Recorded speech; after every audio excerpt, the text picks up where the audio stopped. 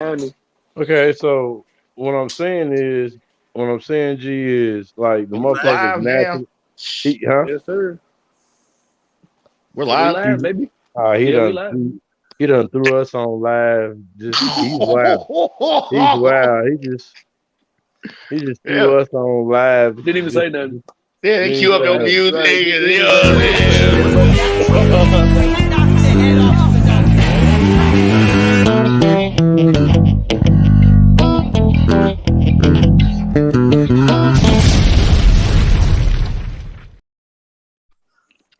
It's motherfucking mayhem.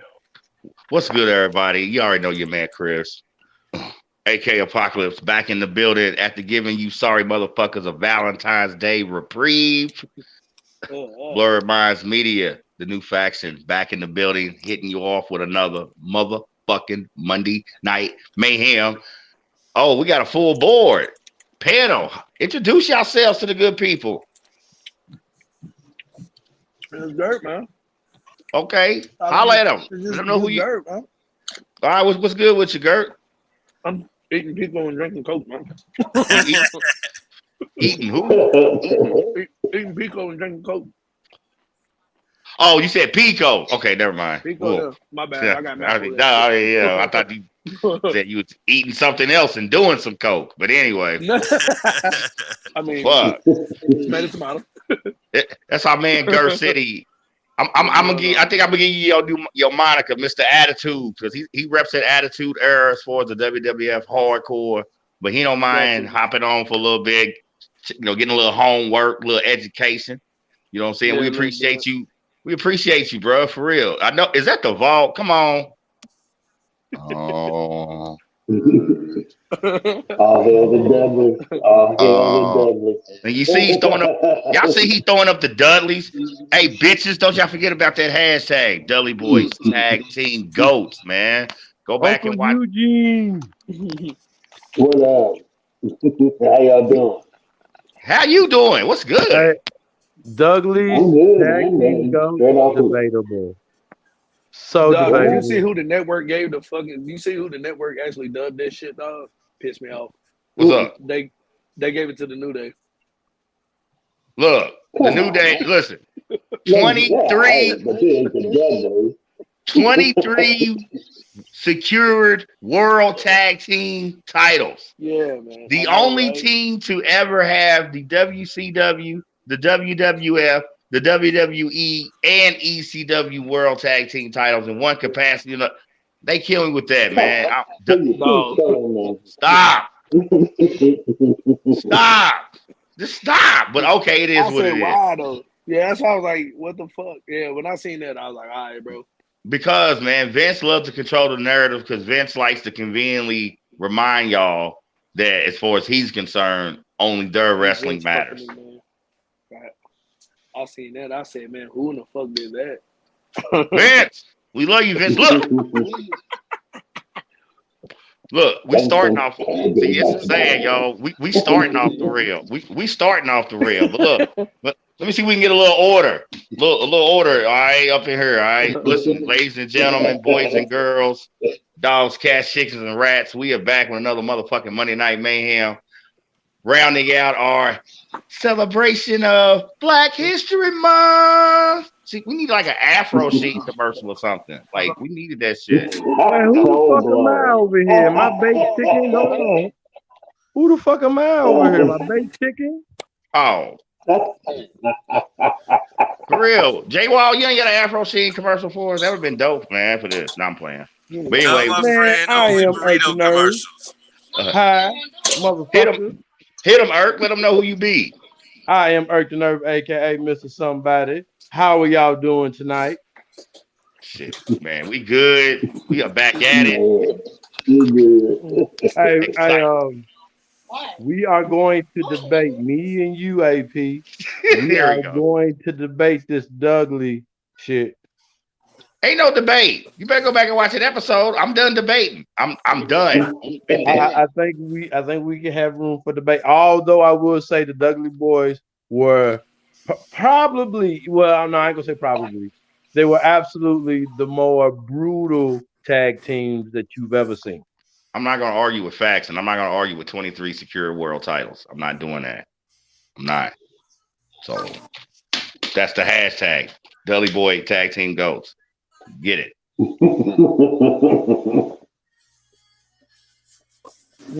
Okay.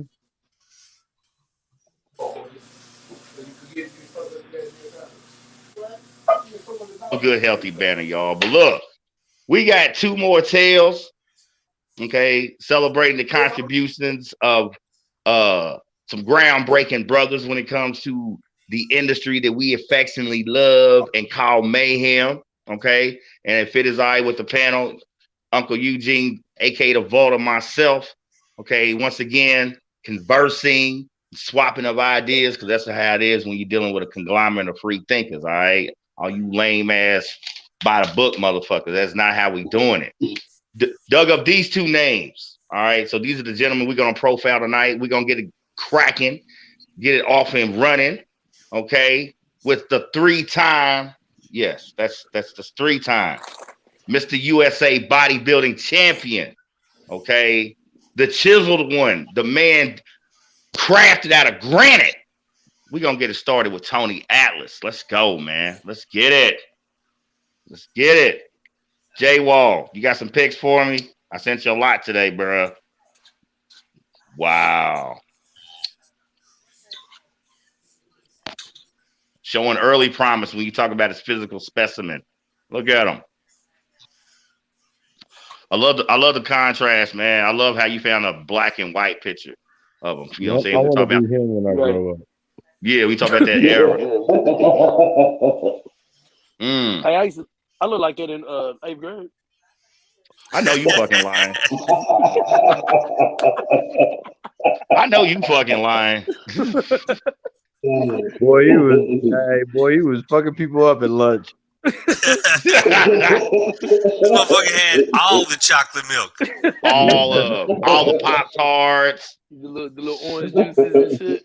All the little cinnamon toast, all that shit. Man. Yes, Tony Atlas, y'all. Let's get it, all right. Okay, this was some really intriguing homework, man, as far as Tony Atlas. As an early wrestling fan, I remember, a good portion of his heyday, but when you talking about really digging in the crates for this one and a lot of his backstory, yeah, man, we're gonna get it. All right, his real name is Anthony White, which is fitting, being, a black man in America. It's starting, man. But when you hear the last name White, there's usually 9 times out of 10 a black person anyway.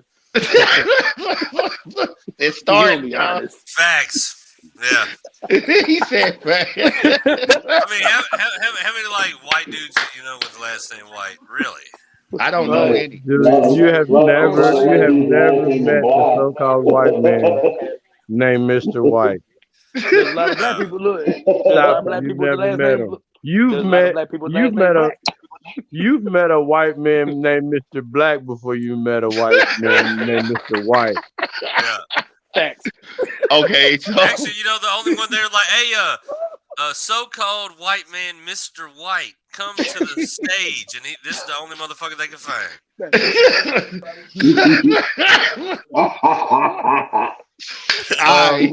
Real quick, intelligent motherfucker disclaimer.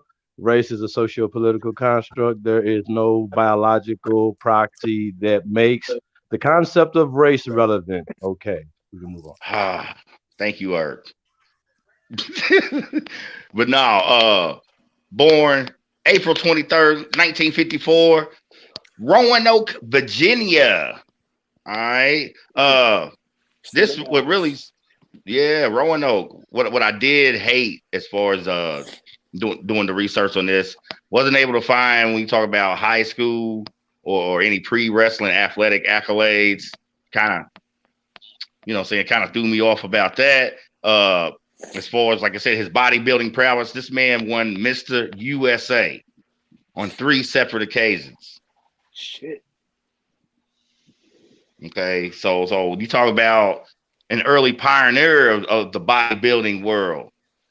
You know, If I could just Irk. get my legs to look like that. Yeah, Irk. I knew when we was gonna do Tony Atlas. I'm like, if Irk hops on, he's gonna I appreciate just this want my segment. legs like that, son. Like, what My, workouts do I need to do mine look like it in 8th grade. without the See, pain? He he said said, boy, the "Boy, girls love this boy. you was just the most swole motherfucker in 8th grade, wasn't you, girl?" Hey, well, little girls was rubbing on his leg. I barely 100. Look, I barely 100 pounds in 8th grade. There it is. There's my interracial taboo. That's what I'm talking about right there, man. He go with this shit again. Yeah. Hey. Let me ask you, what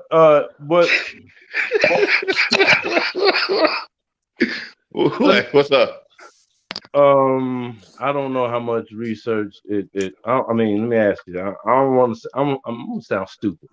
Is Okay. he the first? Is he like the first, like so-called black bodybuilder to win like Yeah. on a We talking national stage? Yes, we talking about national stage. And Irk, I know you a workout aficionado, so when you talking about a Mr. USA title, okay, that's a precursor when you talk going into the Mr. Olympia events. Okay, hanging out with somebody like Schwarzenegger. You feel what I'm saying? Yeah. So like you said, as a black man to achieve this accomplishment, man, definitely got to give Tony Atlas props for that. Off top, all right. But so yeah, 3-time Mr. USA. Go ahead. If he was in the same gym as Arnold Schwarzenegger, he was also in the same gym as Tookie. Oh shit. Oh Facts. shit, Tookie Williams. Yeah. Yep. I know a lot of people like, who's Tookie Williams? Man, do your fucking homework. I'm gonna leave it at that. Real talk. But as far as his wrestling training, all right. Now, Uncle Eugene, I know we've had this name before. We talking about trainers, all right. The great Larry Sharp. The Monster Okay. Factory. Yes, the monster. We back in the Monster Factory. And here's a couple of story names when you talk about his training repertoire. All right, trained Divine Eric. Okay, Bam Bam Bigelow, one of our monsters of mayhem, aka Killer Kaijus, who was running around. Paul White, aka The Big Show. Okay, another famous Larry Sharp and alum, and one of Jay Wall's all-time favorites, the one true Big Balls Mahoney. I mean, I feel like I've crafted my entire life after this man. Big Balls Mahoney. No. Yes, Larry Sharp, the guy who trained Tony Atlas, trained Big Balls Mahoney. That was the client list that was a legitimate shocker to me, for real. I'm like, you the guy that trained Big Balls. I wonder how those training sessions went. Yep. Dude, it's crazy though because you're Big Balls Mahoney, and you're getting trained by Larry Sharp. Like, how do you handle a guy? Nah, I ain't doing it. I'm not. You get to know one of your monsters. That's all it is. The hell with who's training him. To hell with who's training him. Think about the ring announcer's got to say it fucking name. That's what I'm talking about. All right. Tony Atlas jumped in the wrestling game. Tony Atlas, man, listen, jumps in the wrestling game early. Okay, 1974. Multiple signings between NWA. We talk about Jim Crockett Promotions. All right, and Uncle Eugene, we remember world class championship wrestling, that WCCW. Okay, had some early tag team success. When we talk about a journeyman legend, all right, the Wildfire Tommy Rich. Okay, makes his WWF debut. This is 1979, and his first early heat. All right, he gets into a battle of the bodies, if you will. All right, with a classic heel. We talking about Jesse the Body Ventura. All right, WWF Hall of Famer / former. Who the fuck was that? Governor of that was Tony Atlas, Minnesota. Minnesota, get your cola. Get your cola in Man, Minnesota. run that pick back, man. Uh, oh, that last Tony Atlas pick? Yeah, J Wall. Earth said he needs. Yeah, that's him. That don't make no sense, bro. When you can't tell your neck from your shoulders, bro. That's insane. That's insane. That don't make no sense. Yo, oh, you have what is that? You have a schneck, nigga. You have a schneck, nigga. Nick. A noter, nigga. What I don't know what the fuck. Holy shit. I mean, no doubt, man. Hey, This motherfucker. well, That is a big motherfucker, bro. Well, look, hey, Ert. I mean, look at him, right? And notice the name is towards his billing, Atlas. I mean, Perfect. You got the perfect fucking name. Yeah, and then knowing name. You look like an atlas, motherfucker. You look like a goddamn atlas. Yeah, well, when you talk about the old story of the Greek gods and exactly, that's exactly where I'm going. You look like an atlas, right? You know, holding the world up. I mean, that if you can look apart, all right, Tony Atlas, no doubt, physically photogenic. Okay, so like I said, his WWF debut, early heat with Jesse the Body. Hey, go back to that. You know that motherfucker is physically photogenic when you can be in Speedos flexing in front of a white woman, so-called white woman in that era. You's a gangster. You's a gangster. I want to know who that chick is because you know she got some little rump back there. Who the fuck was that? Man, and I mean, I'd say right now in 2022, she is exactly the age that you want to fuck with, Chris. That's right. I'm about them guilt gums.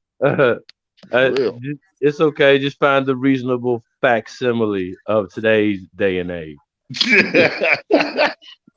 So like I said, this early heat with Jesse the Body Ventura, you know, saying giving him a really big push. You know, I don't shy away from it as an early fan of wrestling, and you know, saying seeing a brother like his getting a big early push, you know, saying make me feel good. It's like, hey, you know, it's about to be our turn. You know what I'm saying? 1983, super big highlight. This is when he clicks up with actually the gentleman we're gonna discuss in our second segment, Rocky Soul Man Johnson. They team up. Classic 80s cliche name when you talk about a black tag team. How about the Soul Patrol? They look like they look like if the Whispers were bodybuilders.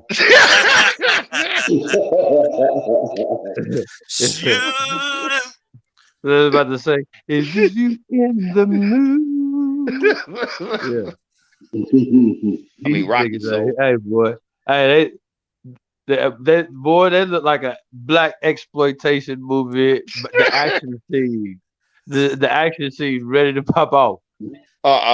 So what we talking like Shaft? I was just thinking that be Dolomite. Shaft, Dolomite, the grab that jive turkey around the neck just like this here. You see? You know what I'm saying? Yep, exactly what I see. I mean, I got the bass line in my head and everything. For real? I do. Oh shit! Oh, it's funky too. But hey, yeah. First time they ever appeared tag team together. Mm-hmm. Soul Patrol. There it is. So let me. The Rocky Johnson, right? He was already wrestling. Yeah. Okay. He had already been in the game a longer time by the time him and Atlas tagged up. Okay. Yeah, longer than Atlas. Right. Okay. That's what I was just trying to figure out. Yeah. But this is like I said, 1983, Soul Patrol, and we discuss legendary tag teams. All right. And family and history. All right. How many times do we reference the Wild Samoans, Alpha and Sika? All right. This is the team that the Soul Patrol, for Tony Atlas and Rocky Soulman Johnson take out for those WWF World Tag Team titles, becoming the company's first black champions in any capacity whatsoever. Now, did the Wild Samoans have the belts before that? Yep. Okay. Yep. I love me the Wild Samoans, man. I just, whew. I mean, that look, that whole Polynesian thing. I mean, before the Samoans, the only thing I knew about Hawaii was Hawaii 5-0. I ain't even gonna fucking lie. So it opened my eyes and it's got me reading and, man, I need to fuck with some geography and some history more. You know what I'm saying? So once again, big ups to the Wild Samoans, one of our favorite tag teams. We talk about throwbacks that we love to discuss on Mayhem, but that's who they take out. Okay, so we gotta brush my memory. I feel like I asked you this once before. Wild Samoans, they had a so was it Mr. Fuji, man? No, Captain Lou Albano. Okay, Captain Lou Albano. Okay. AKA Jay Wall's favorite plumber. So I'm gonna tell you though. Mr. Mario. The Wild Samoans. There it is. The throwback to Managing Mayhem. My bad. Go ahead, Eric. My bad. The Wild Samoans scared me as a kid because I didn't know what they were.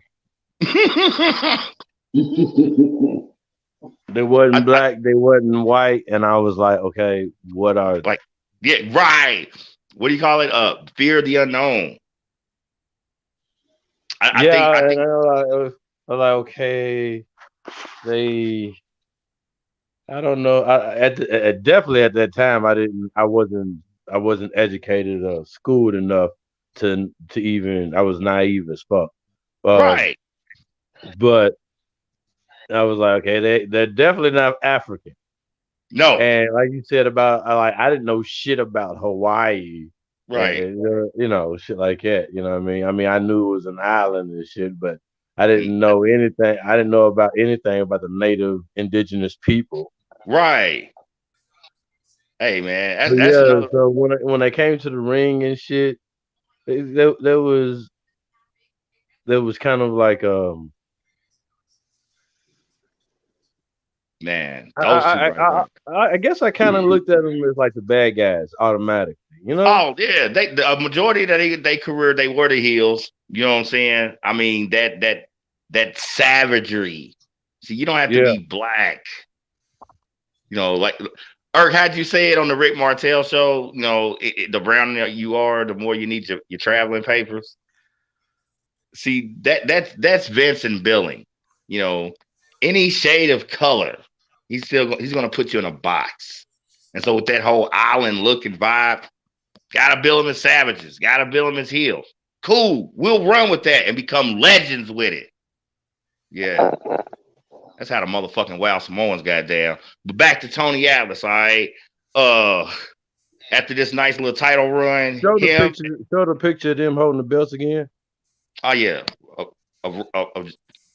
That's a good shot. Hey, when you talk about back in the day, those are some dope ass belts. I mean, that's 83. Yeah, and that ain't cheap shit. Back in the day, the quality of everything was better.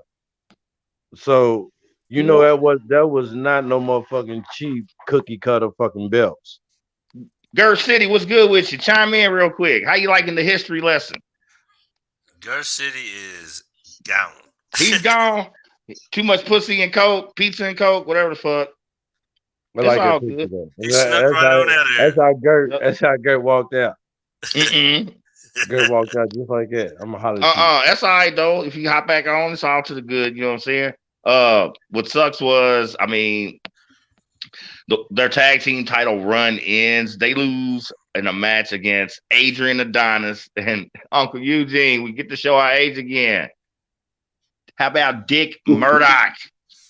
Yeah. Dick Murdoch. Wow. Ha ha ha ha ha ha ha. I get the joke there. What? Adonis against Atlas. Ha ha Yeah, ha Adrian. Yeah. ha. Don. Yeah. See. Uh, You know what? Adonis against Atlas. Huh. Yeah. I get the joke. Huh? I see what you did there. Yeah. The physical Greek The Greek myth references. Yeah. all in Yeah. that. Playing with Atlas Adonis. It was so obvious and blatant. But that's who Rocky Soulman Johnson and Tony Yeah. Atlas eventually. Go ahead, Jay Wall. My bad. Go ahead. And then you didn't even hit the other one. Dick What's it? Johnson. Dick Johnson. Oh yeah. It's right there. It's Oh God, it's right there. Dick Johnson. Shit. Oh my God, they did that on purpose, dude. What's up, dude? It's hey man. That's right. Oh, hey yo, you know what?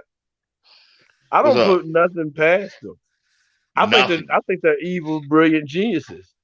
I mean, Like, you got Tony from the Atlas, oh my Adrian God, Adonis, like Dick Murdoch, Rocky Johnson. Yeah, something's. ever since we've been doing these mayhems, dude, Mhm. I understand why wrestling and professional wrestling as a whole is Mhm. a multi-million-dollar annually. No, billion with a B. Okay, yeah, that ION billion, Right. multi-billion-dollar annually, dude. Mhm. These motherfuckers are genius. The way they come up with their shit, dude. Like Adonis, Atlas, Dick, Johnson. Come on, man. Stop it, man. All right, y'all. I'm gonna try to keep it moving. I guess Tony Atlas got in a funk. You know what I'm saying? Because now some drug issues come up.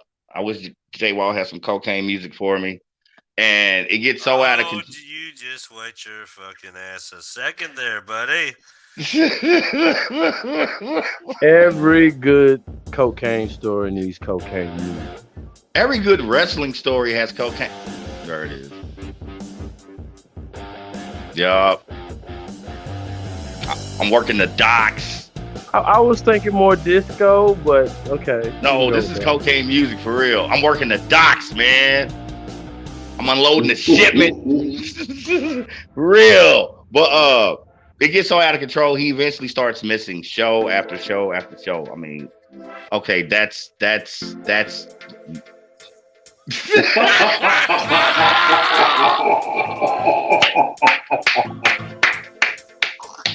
Oh my.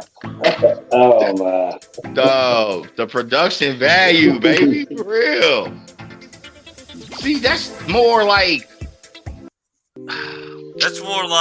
Molly music. I'm That should sorry. been Rufus is it. That- That should been Yeah. Rufus is it. Yeah. Oh Lord, isn't that the Down with the Brown? Isn't this like our interracial taboo anthem? Yeah, that's it. Earth, you gotta do something with that, man. I'm I telling think you. that's Am the I music they drunk? were playing when they built Dick Murdoch and Rocky Johnson. Am I drink? I'm trying to figure out, am I drinking wine with my cocaine? Like, what the hell is that? Like, what are we doing? Like, what are we doing?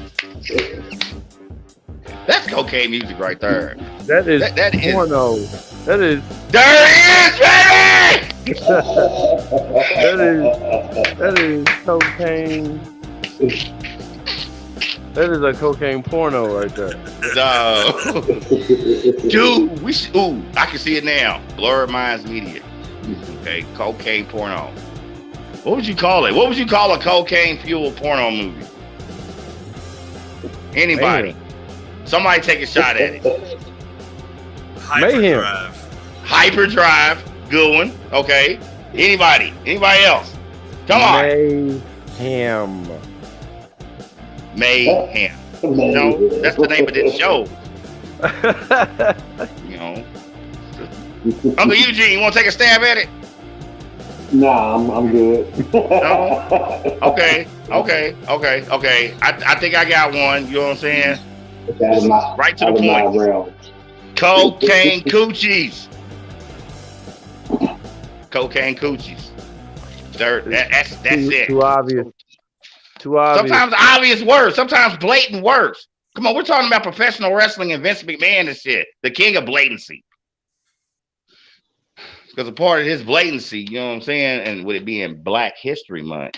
You know, with a movie with such a name, the budget for the production is going to be astronomical. You're gonna need a shitload of cocaine. The girls alone, they're going to have to live up to the name of the film. Right. That's going to cost about, I think about 80s prices, 10, 12 a key. The girls alone. Hold on, Irk, I'm doing math. What? 10, 12 a go key? Hold on. 80s prices, 10, 12 a key, 28. Zip. Yeah, that's like 48, 50 grand worth of coke off top. And we still got to pay the women. Wait, we ain't paid for shit yet. We ain't bought a camera. We ain't paid nothing. Just the coke alone. Let's talk behind the scenes. It's a great idea. Cocaine coochies. If we can make it a series. Yeah. See, we have a storyline. Man, we are off the rail like a motherfucker. Anyway, look. Okay, it had something to do. It had something to do with cocaine. Like right. that. Me. Right.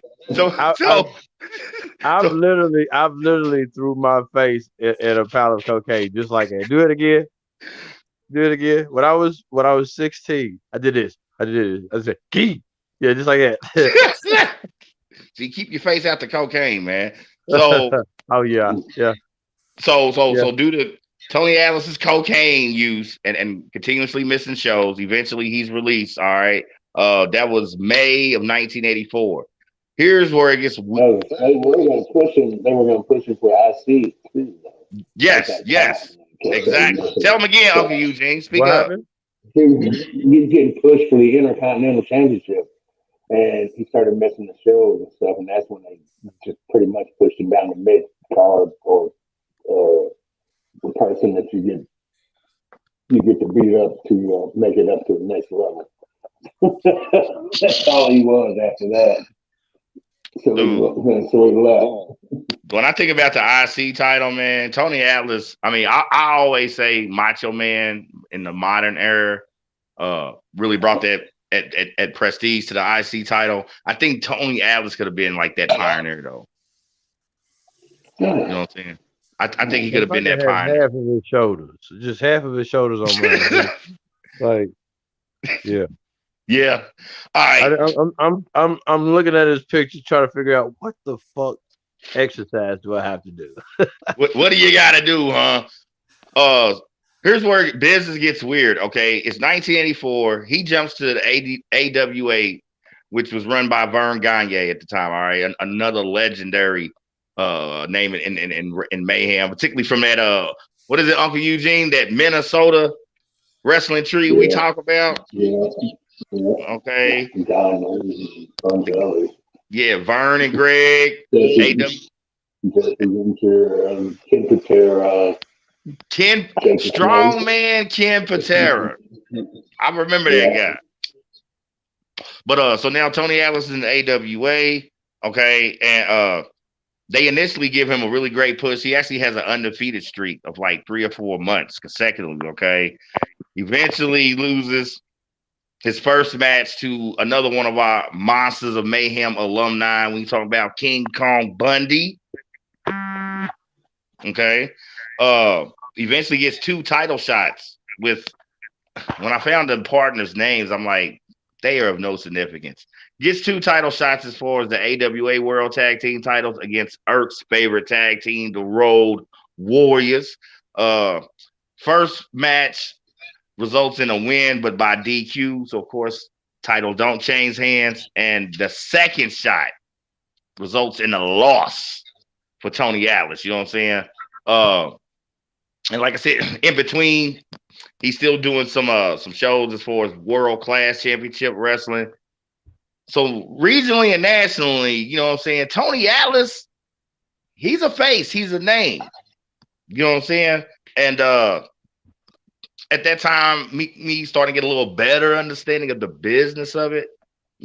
understanding it's more than just the show and the matches.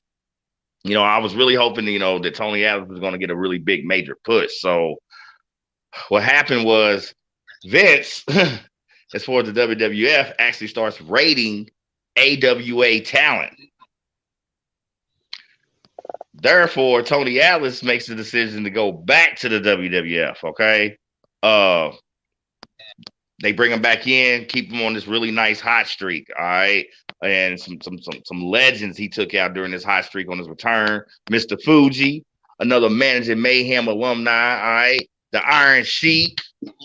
Okay, a few weeks back we had pictures of the Moondogs. We had one of the Moondogs. Okay, we talk about Moondog Rex. All right, Cowboy Bob Orton, father of Randy Orton. You know what I'm saying?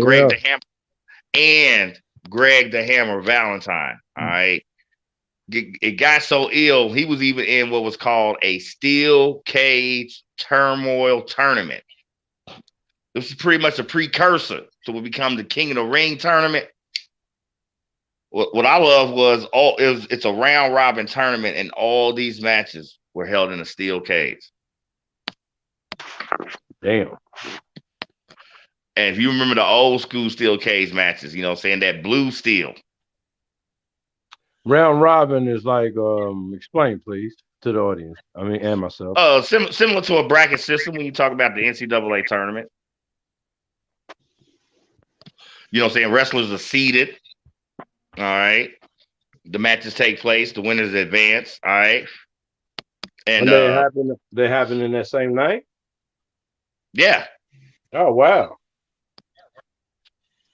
Back then, a lot of people wrestled more than once on a card nightly. Okay, you're talking about on the road. You're talking 250 to 300 days a year, maybe more. Okay, a lot of guys then work for multiple promotions. You understand what I'm saying? So it's town to town, show to show. And a lot of billings can happen where you would actually perform on the card more than once on that night. You might have 2-3 shows in a week where you had to do that shit. You know what I'm saying? Motherfuckers was grinding, bro. All right. When he does finally take a loss, okay. Let me ask you. So, what's up? Are we saying that they would, like, during the show while the audience is watching, they would find out right then and there who they would be fighting? Am I right? Right or wrong? Depending on the company, I think more times than not, you know what I'm saying, they already knew going in, but there was always last minute substitutions. This guy didn't show up. This guy's legitimately injured. You know what I'm saying? That's why they always all had to report to the venue, whether they were scheduled on the roster or not. You see what I'm saying?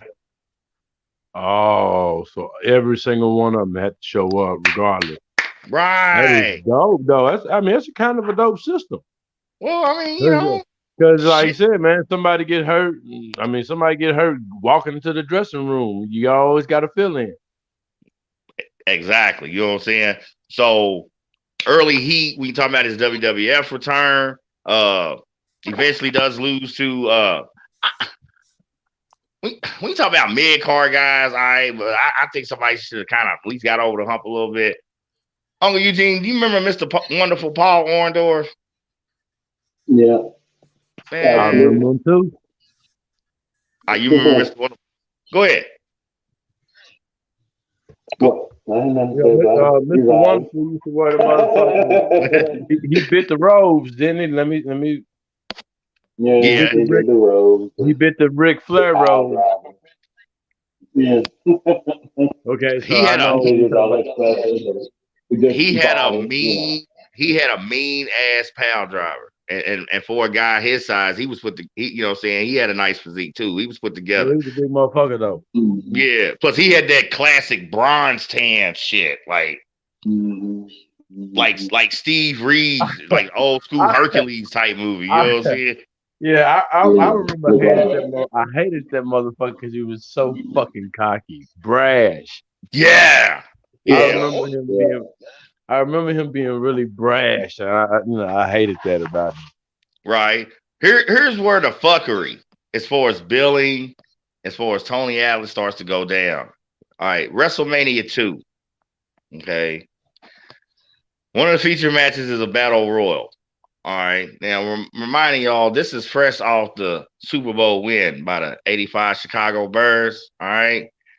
They have William Refrigerator Perry, not only in this battle royal match, he is the one who eliminates Tony Atlas in this battle royal. Okay. Are you fucking kidding me? Yeah. And I'm like, no, go ahead. No, that's true. Go ahead. Unbelievable to Perry. That's the intermingling of two people. Yeah, kind of like Johnny Knoxville being in the last one. Come on. I mean, I ain't got no business, man. even if you got him in He's there, a big cat now, but I mean, I got it. capitalizing Okay. on his fame at the time. That's all Vince was doing. Right. I mean, and even back then, I got it.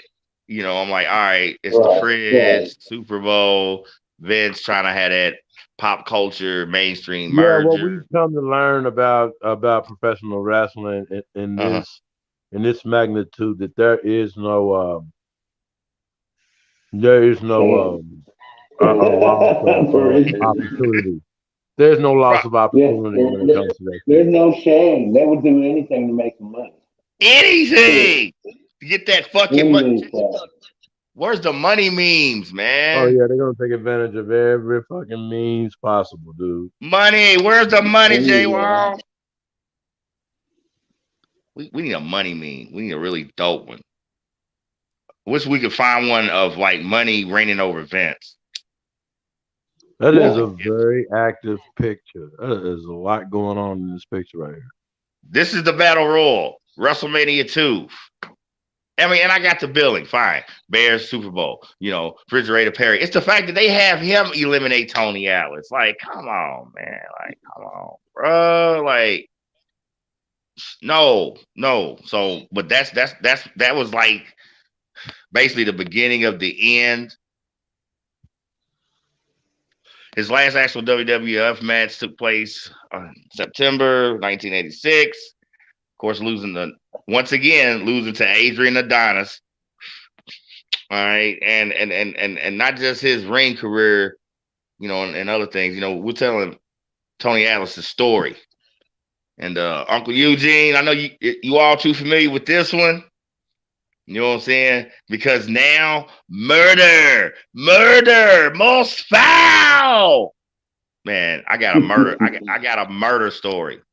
Okay. Please say no, not murder. Murder. Like murder was the case, motherfucker, for real. Like we not bullshit. Bloody murder.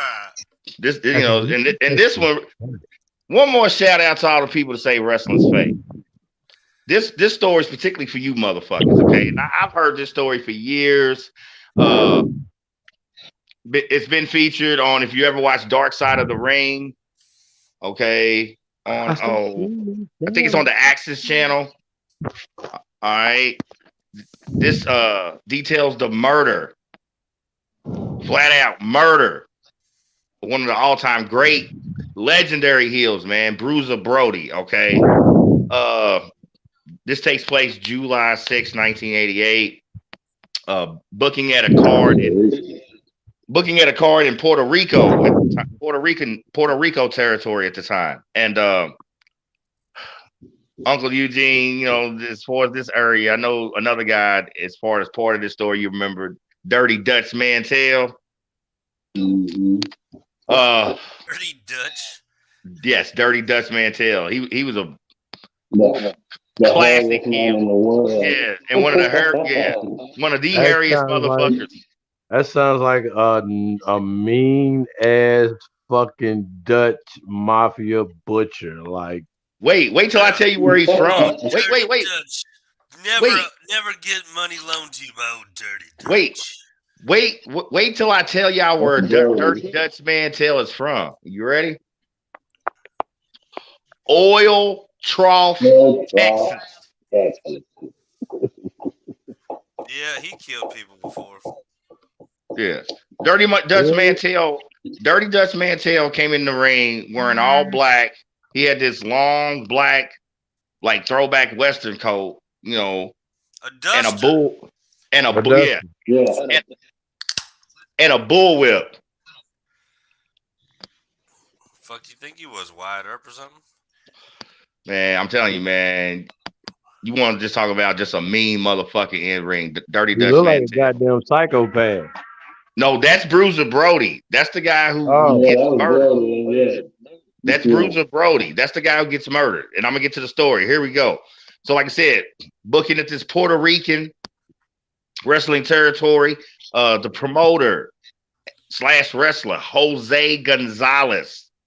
His booking name as a wrestler was the Invader. Anyway, he calls Bruiser Brody into the shower to discuss business. Shut up, Jay Wall. I Go already into know. the shower so I can show you my invader. Because that is absolutely the place you want to go. He said, "Hey, To Holmes, you discuss want to see business. my invader?" He said, So, You know, my last business meeting. Guess where it was? Yep. in the shower. Yep. Okay. Well, Yep. "Did you get invaded?" No. Well, No, it was my last meeting I in got a the feeling your shower. shower meeting went better than this guy's did. No. Okay, so I was being facetious and stupid, but come on, dude. Who the fuck has a meeting in the shower, dude? You walked right into it, Ert. Okay, did you read that? Say what, Uncle Everybody Eugene? else was in the locker room. There's a bunch of people in the locker room that they were trying to get away to have the problem. Right. You read like that's in the story, like Yes. the meeting in the shower. I mean, what? Yeah. What do you want me to do here, Eric? I mean, No. I'm just saying, man. God damn, man. That's your legacy, son. Wait. So Go okay. ahead. So Go ahead. and Go like ahead. and like Uncle Eugene said, all the other wrestlers, they're in the locker room. You know what I'm saying? Anyway, The last story of your life, you had a meeting with a man in the shower. That's so sad. it is. But people died in the beaches of Normandy, so my bad. Hey, there you go. So Bruiser Brody, thinking nothing of it, follows Jose Gonzalez in the shower. Thinking Okay, nothing of it. right. First problem. You can hear screams and moans. Shut up, Jay Wall. Because the next thing you know, Tony Atlas goes in the shower and, of course, sees Bruiser Brody. Damn it, here we go. Bent over, holding his stomach. All right, and blood oozing. There's this promoter, Jose Gonzalez, knife in the air, blood dripping everywhere off the blade. Okay. Dutch Mantel follows him and into the shower, sees the conclusion of it.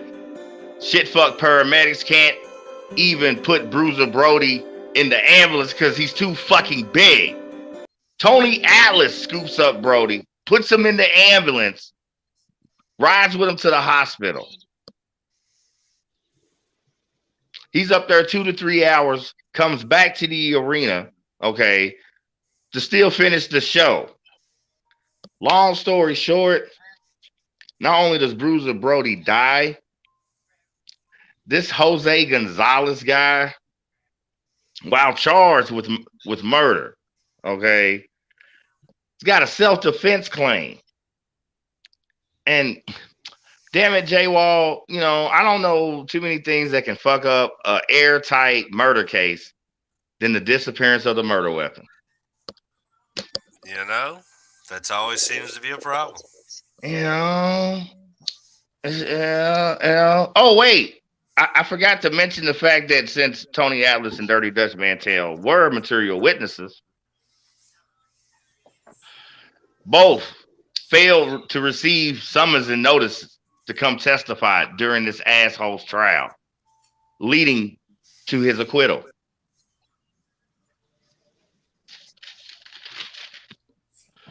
I watched several podcasts, Tony Atlas telling this story. Okay, and there is no doubt he himself, you know what I'm saying, while that night was fearful for his life. Dude, that is that is funny business on that one. Some motherfucking palms and grease, dude. Motherfuckers got paid for that body. Well, not only that, when you talk about a throwback big name, okay, Uncle Eugene definitely gonna know this guy. Okay, international star, particularly those Puerto Rican territories. Carlos Colon. Okay, I knew you were gonna say that. His name is very right, because his name is very prevalent when you talk about the association with this Jose Gonzalez character. Okay? Dude, I can only imagine the amount of witnesses that can come from a situation like that. There's no fucking way. And on the top of the fact that the fucking murder weapon was lost, so happens to be lost. Fuck I know. out of here. Who's running the evidence room down there? What the fuck? Who paid for that shit, dude? Like, come on. That's a whole deeper story that we don't even know about behind that crazy shit. Man, look, I watched several podcasts and interviews today with Tony Atlas telling this story, and the vividness, okay, and not just in how he's describing it, not just what he's describing, the look on his face as he's telling the story. You know what I'm saying? And particularly when he came back to the arena that night, and the cops get there, and they're like, "Yeah, so describe the wrestling fan that stabbed Brody." Tony, I was like, "What? No wrestling fan? It was this motherfucker right here, Jose Gonzalez." Bro, you turn the corner and you see a motherfucker trying to stuff his intestines back into his stomach, bro. Literally. Yeah, literally, man. There's some other really fucked up details about that whole night, man. So if y'all ever get a chance, okay, easy to Google, YouTube, wherever search engine you want, but check out Tony Atlas's description, okay, of the night Bruiser Brody was murdered, not died, was murdered, killed. All right, and didn't nobody hardly lift a finger. Yeah, see, I said there's foul play at foot. See, he was moited. Right. See, he didn't just die of natural causes. This man was moited. Real quick, like I said, one last tidbit about this, real quick. Tony Atlas, in one of them, even describes, being so fearful for his life, because he said after the show, okay, after he left the hospital and came back to the arena after the show, he didn't go back to his hotel room. He said he spent all night on the beach. And long story short, when he comes back to the next morning, okay, and I remember this guy, Savio Vega. Savio Vega had Tony Atlas's bag already. It's like, dude, they're coming. Get out of here. Get to the airport. Yeah, he came to WWF too. Yeah. Eventually, Savio Vega. Man, there's a whole lot more to that shit. There's a whole lot more to that shit storm right there, man. That's exactly what I'm saying. Like, you already got your man. You already got your man. Was known not to take shit from any of the promoters. And then when he said, "I need this much money," then they better pay him his money, or he was gonna walk. Usually, and there it is. Apparently, he had started some shit with Gonzalez, and dude just said, "Fuck it, stab it." Like I said, the detail and just the wickedness of this whole incident and the way Tony Atlas describes it, man. Like I said, it's some bone chilling shit for real, man. One last WWF return, J Wall. You got some tribal drums or something ready for me? No, you got anything music wise, J Wall? Nothing. I might have something in this. Okay, all right. Here. Yo, Ert. Tribal drums.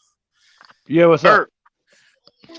as far as the end of Tony Atlas's career, as far as majorly, you know what I'm saying? I have special for you another version of overt American racism.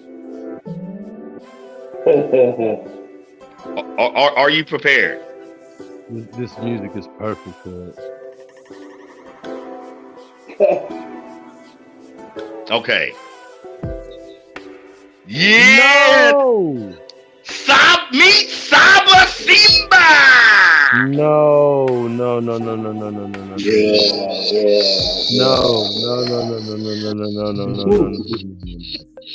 Okay, let's stop the music. Stop the music.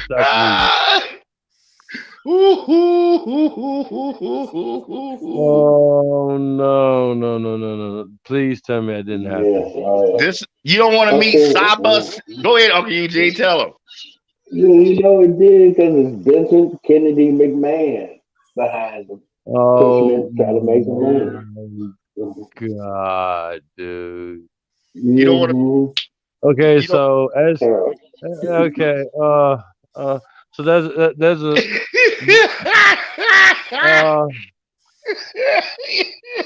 oh God. Okay, so we need to do a show. We need to do a show just on the overt racism that we have found within these federations, dude. There's no way that could be one. But I'm saying, but there's no way that could be one show. Like we're talking really. Like okay, Tomahawk. Am I right? Tomahawk was bad. Am I right? Who was the fake ass Native American wrestler? Tatanka. He called him Tomahawk. Tatanka. He called him Tomahawk. That's what I said. Tomahawk. I'm so sorry about that. I think that would have worked better personally. I mean, I like so Tatanka, right? Okay. So so Tatanka was bad. That was bad. That was bad. Okay. Holy shit. Okay, they're just like, okay, let's do the. So this is how they came up with it in the drawing board room. They was like, okay, dude, when I tell you the story, let's do the Tatanka idea. Let's be even more insulting. Listen, you know, when you black in America, okay, you know what I'm saying, and there's a level of racial identity crisis you might go through, okay, and some of those seek comfort in reestablishing a connection with their roots, if you will. Feel what I'm saying? You know, so I guess Tony Atlas, you know what I'm saying, felt the need to do that because this is him as Saba Simba. Get the fuck out of here, hey, dude. What? What? Hey, what? You ain't gonna tell us how the board meeting went for this character created? I just told you, motherfucker. So they said it was like you always got one for it. Yeah, let's do the Tatanka idea. Okay, right. But let's just be even more insulting. Okay. This idea hit Tony Atlas at the same time that the fucking original Shaka Zulu movie premiered. Right. Dude, let me tell you something. Evil fucking geniuses. Go ahead and say it. Horrible fucking. Oh my god, dude! Like, okay, so I probably wouldn't let. I'd have definitely recognized it. I'd have definitely recognized it. Right. But the headdress, my dog. Dude, the shield. I know. The headdress, my dog. Like, why, man? Like, why? Because Tony Atlas has reconnected with his African tribal roots. Man, what was the check look? I need to know what the check looked like. Exactly. Look, the thing that was dope was when he made a premiere at a couple house shows. When he does his first, I would love. Hey, bro, I will pay for the footage of him coming to the ring like that. Oh my god. You ain't gotta pay for it. It's YouTube. It ain't hard to find. It really ain't. But His first two appearances as the Saba Simba character, all right, were house shows. It's the first televised spot. That's the shit. Because this is when on air, while acknowledging his prior history as far as the WWF, and the Tony Atlas, Vince McMahon, the king of inclusion himself, okay, acknowledges fucking Nazis. Right.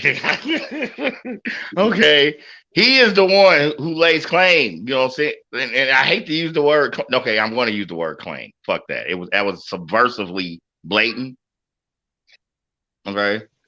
Lays claim and the authenticity, excuse me.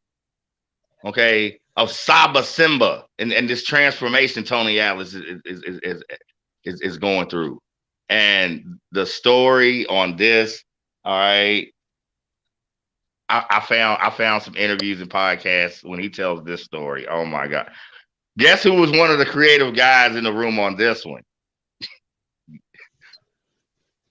Anybody take a stab at it as far as a wrestler, manager, anybody. Michael Hayes. Wrong. Try again. That's the most racist person I can think of. I know it. Well, part of the creative team for this. Okay, so I want to say. Wait. Okay, take your shots, Eric. Let's see you get it right. What federation was it again? WWF. He's back. Okay. He's back I'm in WWF. I'm gonna say Hogan. Close. Ooh, good one. But no. Oh my God! Look at this. There's your video, Eric. Look at this motherfucker coming to the ring, dude. I'm done. Put him on the Summer Jam screen real quick, man. Do it like you do it, J-Rock. That's what I'm talking about. No.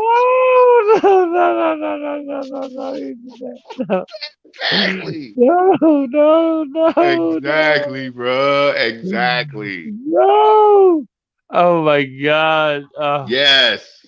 Oh. Damn Yes. you, Pence Flim Flam. Damn you, Pence.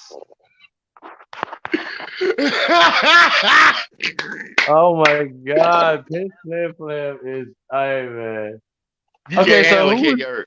So who was in the boardroom for that shit? Okay, one of the people that was on the creative team for this was The Undertaker. No. Yes. I would have never thought. Did he hate him or something? I would have never. Out of all the people I would have named. I'm telling you, I'm the facts, man. Out of all the people I would have named, I'd have named 1,000 wrestlers. He would have not been one of them. Okay, see, here's the way Tony Atlas tells it. Okay, Vince, like a lot of people, Vince doesn't talk to you directly. Vince has people that does shit for him, and they tell you what to do. Okay, at the time, Tony Atlas says he was homeless, sleeping under a park bench when Vince gave him the call to come in as Saba Simba. Actually says he credits it for saving his fucking life, which that's another whole story, but whatever. Anyway, but so he shows up, has literally no clue on what's going on. And one of the people that's on the creative team and actually is trying to help him get in his costume is The Undertaker.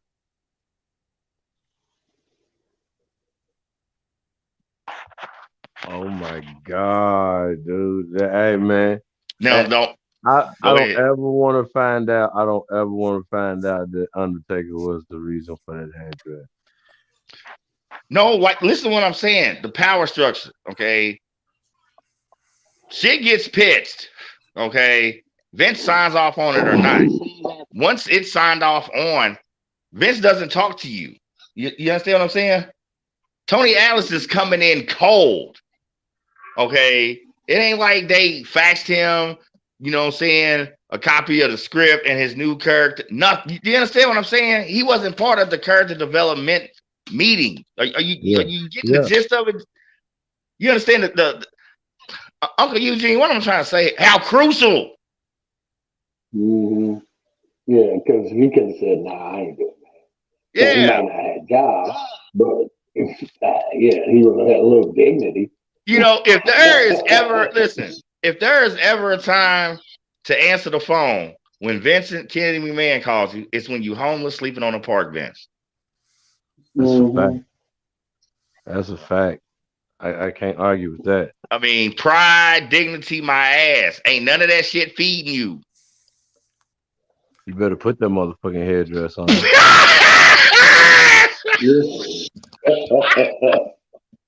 Say it again, Ert. You better put that motherfucking headdress on. Look, that's your only motherfucking option to fucking get a warm fucking bed and a warm meal and shelter. Hold that up there for a minute, bro. Just a little longer, because we need to reflect. We need to reflect and pay homage to the sincere tribute displayed via Saba Simba. Man, there's many things that I'm willing to do and not willing to do for selfish pursuits.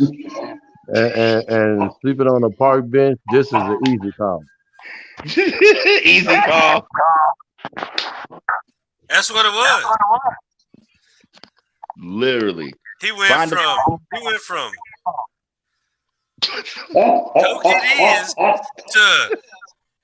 wear that fucking headdress. What the fuck you talking about? Dude, do you know? So you say it? He says that it is he's accrediting that little. This is what he says. Him. Literally saved Tony Atlas's life. These are Tony Atlas's words. Just like the Bruiser Brody incident and some other. I watched several podcasts and interviews of the same subject matter, and oh my God, I watched like 3 of these as far as him talking about Saba Simba. Okay, and the story's consistent. This motherfucker was out in the cold when Vince called him. If it's credited for saving his life, man, you can't even knock that shit, man.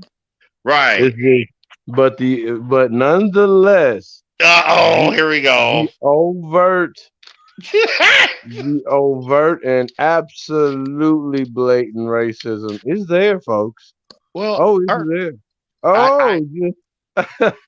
Shit! The super spreader's back, Mr. Omnicron, motherfucking Razor Ramon. Fuck? Just as blatant as Razor Ramon. Hey, but man, I'm. But let me tell you, even though I say that, Apocalypse, like Jay Walski knows and Unk knows, I find overt racism fucking hilarious. I find it fucking absolutely hilarious. What was it? Week before last in the segment when we were discussing, I think it was Pez Wiley and that Dusty Rhodes. Yeah, Pez. Okay, remember? Okay. With the mop on his head. Well, remember when we was talking about racially awkward moments? Mm-hmm. I had one at work the other night, and it was fucking beautiful. On my job, I had one. All right. Long story short, I'm in the restroom. Okay. Now keep in mind, Farm Machinery Show was in town last week. So you got these $1 million rednecks waving their black or gold card or whatever the fuck all over the fucking place. All right. Anyway, I'm in the restroom. This one of them comes in, and as soon as he sees me, this motherfucker literally looks at me and says, "Hey, yo, what's going on there, brother?" Don't you love that? Don't you love that? Wait, I look at him. I say nothing. Another white gentleman walks in the bathroom. By this time, the first white guy repeats what he says. Same tone, mannerisms to the letter. I looked at him and clearly told him, "Hey, I speak English, motherfucker." I'm like, I need to get the fuck out of Kentucky and get the fuck back to Vegas. Because even the second white dude, when he's like, "You really just said that to that guy?" Like, I can see it on his eye. It's like, oh, I'm ashamed to be white right now. You know what I'm saying? As far as the witness. I know that face, white. Because I got this $1 million hit, man. Like all in Oh my shit, God. dude. I Yeah. fucking loved it. I was like, yup. You know what I'm saying? So, little personal tie-in when you talk about overt American racism and Overt Tony Atlas. American, And Tony overt Atlas, American racism. I would have said, "Oi, Governor. Oi, yeah, how you doing, Governor? you know what I'm saying? When you talk about the end of Tony Atlas's Are heyday, you bloody well? I." Saba Simba. That was some offensive ass shit. Like, dude, the king of exploitation, Vincent Kennedy McMahon, bro. But hey, if it saved his life, fuck it, man. You know what I'm saying? Yeah, but that The what? and what but The what? you can't you cannot get that costume off in no other venue. No other venue, son. And that's why I think Pence Flim Flam is a goddamn evil genius. Right. Oh wait. Oh wait.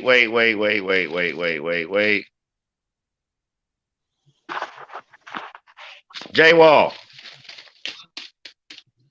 Where's J Wall? Yeah, man. I didn't forget about you.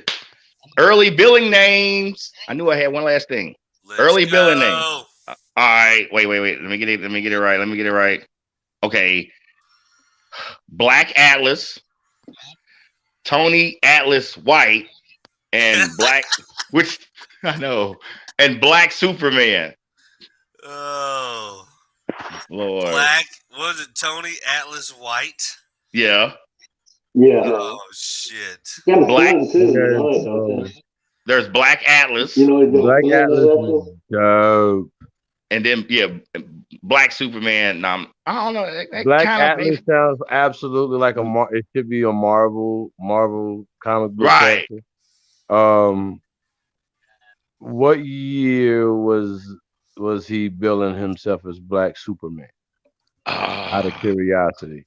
I don't have that exact. There is That's not absolutely in my no notes. fucking way. I know it's there. It's there. I actually just didn't have that in my notes, dude. I have to break down. So, Yeah, there was absolutely no motherfucking way. You know he's got a son too, don't you? Don't let that ride. hold on a second, Irk. Say what, Uncle Eugene? You know he had a son that wrestles too, right? No, I didn't. Yeah, Jake Atlas, AEW. What's his son's name again? Who'd you wrestle under? Jake Atlas. And he's in AEW. See, I haven't watched AEW in a while, so I didn't know he was down there. Jake, yeah. Okay. Dang, I saw a video of him today. He's alright. For real, he's alright. He's nothing close to what his dad. Not body wise or nothing. He's more of a Ricochet type. Okay. He ain't cut up like his pops. Hell no, not even close. He's small, man. Damn. But there it is, man. When you talk about life and career of Tony Atlas, I did dig up, saying, of course, some indie circuits appearances off and on to like 2000. He's had an off and on Legends contract with the WWE since like 2012.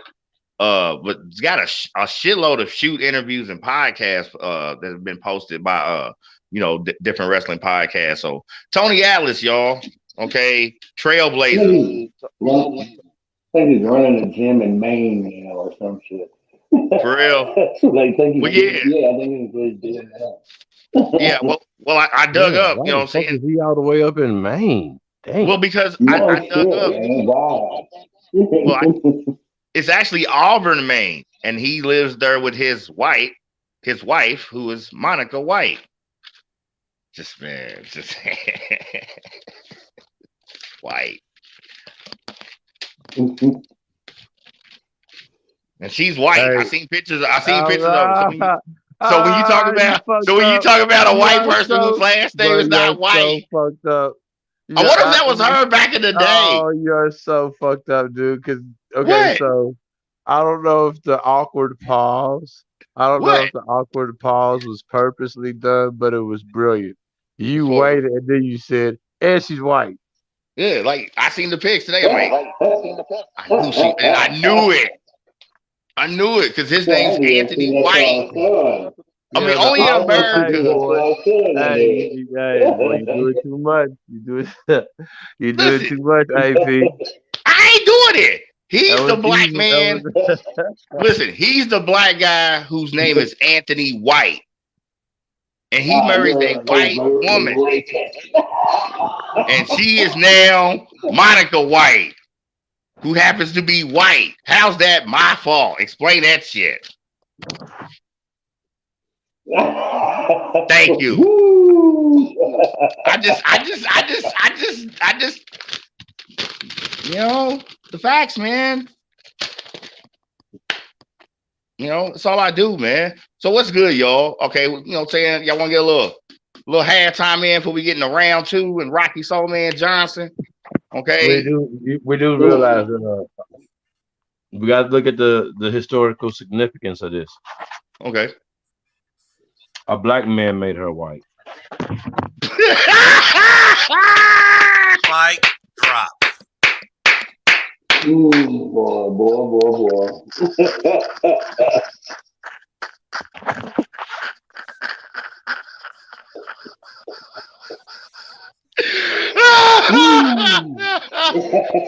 If that's not progress as far as race in America, man, when a black man can make a white woman white, yes, that's where we're at now, bro. Woo, y'all motherfuckers are out of control. We gonna take a motherfucking break, man. Okay.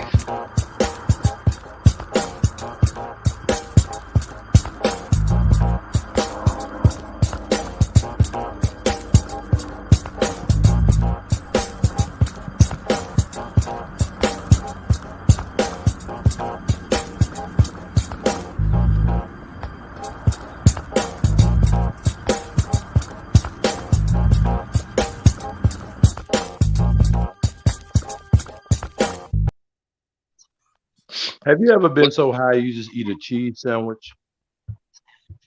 I mean, are we okay? That sounds like when you first started getting high at 12, 13-year-old high. Definitely not like as a grown man high. Cheese sandwich. So I am grown.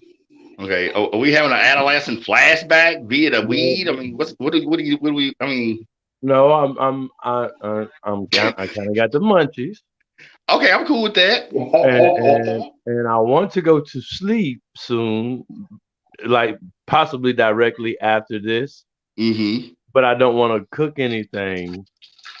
So, have you ever just made a cheese sandwich when you're high?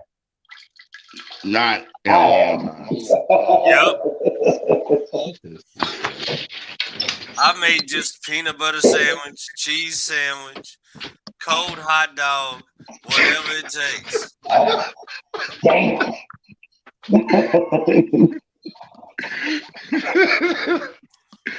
Oh my God!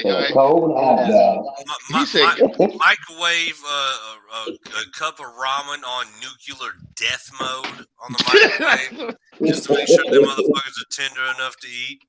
Right. Yep, I've done it. Oh yeah. Okay. I've done anything just to make a turd, my friend. Okay, I think about a Munchie, dire straight, guilty pleasure of mine, eating cereal. Got no milk, but got cereal, and just eat it right out the box. Like, hell yeah, gangster. At that point. Yeah. It's like candy popcorn at that point. That's when you done went all in. That's when you committed, and you like, fuck it, this whole box right here. Yeah, no milk, son. I've done it. Yeah. It's like having a bag of sweet, delicious Doritos. See, it's a gradual build because it's like, okay, like if you're going to eat some M&Ms, you know what I'm saying? Starts with a little handful. Starts with a little handful. All right, Uncle Eugene. Right, thanks for hopping on. All right, guys. All right, Uncle Eugene. No problem. Be good, be safe. I'll see y'all next week. Yes, sir. Same to y'all. All right.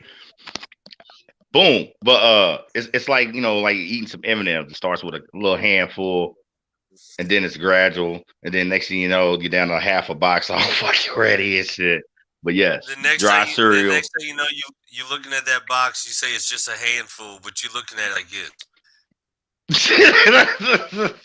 Like, this These two box ain't cats gonna right last here. a minute. It's kind of interesting, you know what I'm saying? Like I said, when me and Uncle I've Eugene, go crushed ahead. an entire box. I've crushed an entire box of Golden Grams dry Ooh, off one blunt. woo! The fuck? What kind of? I don't even want to know what kind of weed you smoking to make do all that. Like, mm. Oh, I've been there, son. Bologna on crackers. That's another desperate munchy Oh, classic of mine. hey, let me tell you what we used to call back in the day the halfway house hors d'oeuvres.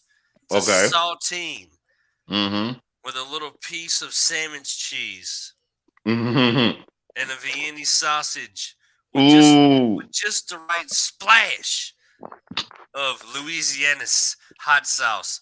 Ooh, son, halfway Yeah, house you hors fucking right. d'oeuvres. You fucking right. Halfway Yeah. house hors d'oeuvres. Used to stay in the Yeah. halfway house playing dominoes. Everybody have a plate of that exact concoction, and it Yeah. was love.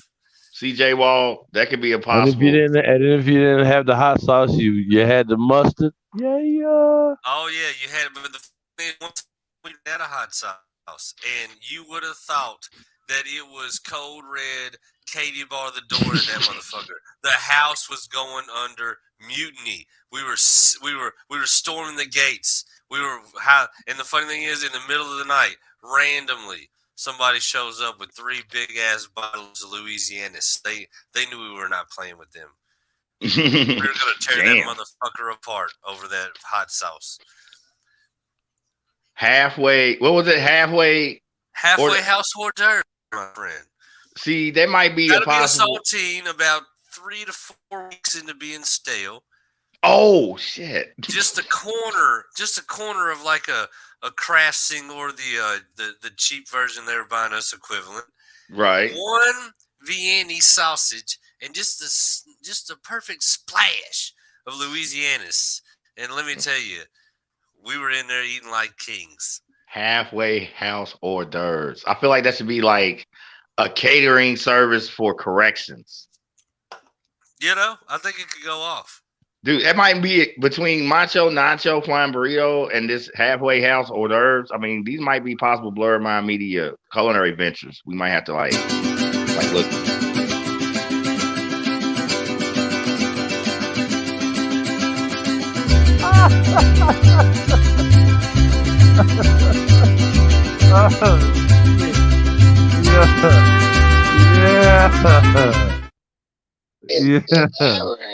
Yeah. That is the I greatest love it. I love fucking shit ever. it. That shit never gets old, boy. It will not get old. That will not I stop. love it. How's I everybody love been up? What's everybody been up to for going to this new week? Everybody doing all right? Oh yeah, man! I'm just buying my time to go into New Orleans this weekend. Ooh, shit! Get it Yeah. on, Mr. Mardi Gras. Work, and save money and work. I know that's right. Work. And I work on. It's like I go to work and then I come in and then I work on shit for Blurred Minds Media. You know what I'm saying? I work on shit for Monday Night Mayhem. Okay. I work on shit. Shop Talk. You know what I'm saying? Festival. Okay. We got our hands, a lot of ventures. You know what I'm saying? Trying to stay busy. That positive energy for 22, man. That's how we bring the Blurred Minds Media style, y'all. The new faction bitches keep being mad. Anyway, part 2 of tonight's saga as far as Monday Night Mayhem. All right. We are discussing. I mean, you seen the banner, you know, who's Rocky Johnson? Okay, we talking about the Soul Man. Okay. Shout out to Wilson Pickett. No, that's Sam Cooke. We talking about Rocky Johnson. Ladies and gentlemen, if you really, really know your wrestling, you know this man, you know this figure, all right? Story career. And help give birth to history. You know what I'm saying? That We is talk about absolutely hilarious. Like he's built virtually just like his daddy. Like he has the same exact physique. Like it's kind of crazy. look at him. Look at those arms, man. Look at them guns, bro. That's what I'm saying. Between these two, man, the way you into working out, you know what I'm saying, and putting the body together. And I mean, I knew you would really, you know what I'm saying, if you was gonna chime in, you dig this show. You know what I'm saying? These two cats right here, just they probably paid the gym rent. You know what I'm saying? Well, you know, why have an apartment or Oh, a house? yeah. So anyway, we get into it, y'all. Rocky Soul Man Johnson, okay. His not just his wrestling career, man. Like we say with a lot of people, man, his life story, man. A lot of stuff I He got a didn't schneck. know. He's He got a got a snack schneck, too, a noter. a noter. So he's another one, man. That put together. He said a snack. Look at I'm these trying two, like man. That's what I'm talking. neck and Right shoulders there, put together. right there. If you look at Rocky Soul Man Johnson right there, I just noticed that as many times I've been looking at this picture and the videos today. Look at his haircut. Tell me if that isn't William Marshall from the original Blackula. He And got that's noters, look dude. at He it. got a That's the Blackula haircut. I'm dude. telling How you, the fuck you get a perfect fucking V hairline like that, dude? That's the man, monster. That's Blackula. the Eddie Monster. That's what I'm saying. Y'all don't remember Blackula? Nah, Yeah. Nobody? I'm not buying it. I'm not buying it. Dude, that is the J Wall. Back me No, on it this. is. It is. And like I know I get what you're saying, but I'm not buying it. You're not buying Nah, what? no, he got it for real though. He got it for real. Man, that's what I'm saying. Like, what? Earth loves to argue with facts. It's there. No, I don't like to argue I with know it. facts. I'm Yeah, fucking with. no, I I'm just know. saying though, it's amazing. You see it like you said, Eddie Monster. You've never Dog. really seen that. Can I say it? Yeah, say it. Fucking nigga, this is blurred minds. This is motherfucking Monday Night Mayhem. Dare I say it? Say it. You've never seen such a hairline so pronounced on a black man. Ever. Have you? I don't know. I I haven't don't seen, know. I mean, a pimp, a dealer, preacher, ball player, entertainer, politician, international dignitary. I don't care. I've seen every variation of black man on this planet. Never in my life have I seen that haircut until I seen Rocky Soul Man Johnson. And it's perfect, dude. It's perfect. It's so fucking perfect. It's so perfect. It's annoying as shit. Who's that nigga's barber? I'm sure that guy's dead. uh, I asked the question. that Let's barber go felt real like quick. a motherfucking that motherfucking barber felt like a gangster every time he got up out the seat. I mean, there's no way we cannot talk about this man's hair and not ask the $1 million question. Who the fuck was this cat's barber? Let's go. Let's go. Anyway, y'all. What do you think Interesting. he asked for? Give me, look, let me get that baby Kobe Bryant with, that Eddie Munster front. You know what I'm talking about? Yeah, like Plus, how do you you have go got in and to ask for Baby that Kobe cut? with the pointed front. Hey, You know what I'm and saying? plus you gotta understand. You gotta understand. What's up? For a so-called black man here in America that is able to grow hair. Oh, the hairline is a big deal, son. It'll get you fucked up. Yeah, the hairline to black men is very important. Yeah, Like you it, see, it can get yeah, you fucked all the way around. yeah. See, I'm back on my fresh. Shout out to JD looking out for me last week, helping me get back on my fresh. See, mine is. You feel me? So with Yeah. that being said, All right. to be Rocky Johnson's barber Right. and to have to cut his hairline, knowing that I cannot fuck up. What if his little upside inverted pyramid is off to the left a little bit? Yeah, You know what I'm saying? you gotta take a little bit more off the right. I mean, shit. I mean, Yeah, you got balance. Yeah. Hey, don't take too much off my shit, man. Yeah. Don't take too much off my shit, man. Can I Hey, get to the hey, story? We done hey, talking Jive about Turkey. Jive Turkey, be careful, Jive Turkey. not the Jive Turkey, because that was that era then too. Because he been rocking Be that careful. since. Hey, sucker. Listen to me, sucker. The hairline is a part of the branding, sucker. Hey, or, don't play with me, chump. I gotta get to the story a little bit. I gotta get in it. Trust me, there's plenty of room for it because another twisted tale of a career and Yeah, just tell that Jive Turkey don't cut my hair yeah, all janky. right. Uh, check out his family history. All right, this shit's dope. I actually born Wade Douglas Bowles. Okay, August 20, August 24th, 1944. Okay, Amherst, Nova Scotia. So we have a black man in Canada, old Canada. Fucking Canada's back, man. Oh, Canada. Man, Canada. I still got Rick Martel landfill hangover from Canada. Man, I'm just like fuck. But anyway, here's what's interesting about his family history, man. He's the fourth of five sons, actually part Irish, a black Irish in Canada. Yeah, those What? do exist. Those do exist. What? Those Hello? do those do exist. Right, right. But I'm saying just to my surprise, I'm just like, okay, cool. You know what I'm saying? I wasn't And, offended. I was and I just like, mean, this is a cool little fact. Like, damn, it's, okay. Here's what really gets dope, man. the statement is an oxymoron, but Mhm. I mean, Yeah, yeah. But here's what. it's Go ahead. Hello. black as an actual definitive description doesn't exist. Irish as a ethnic or nationality does.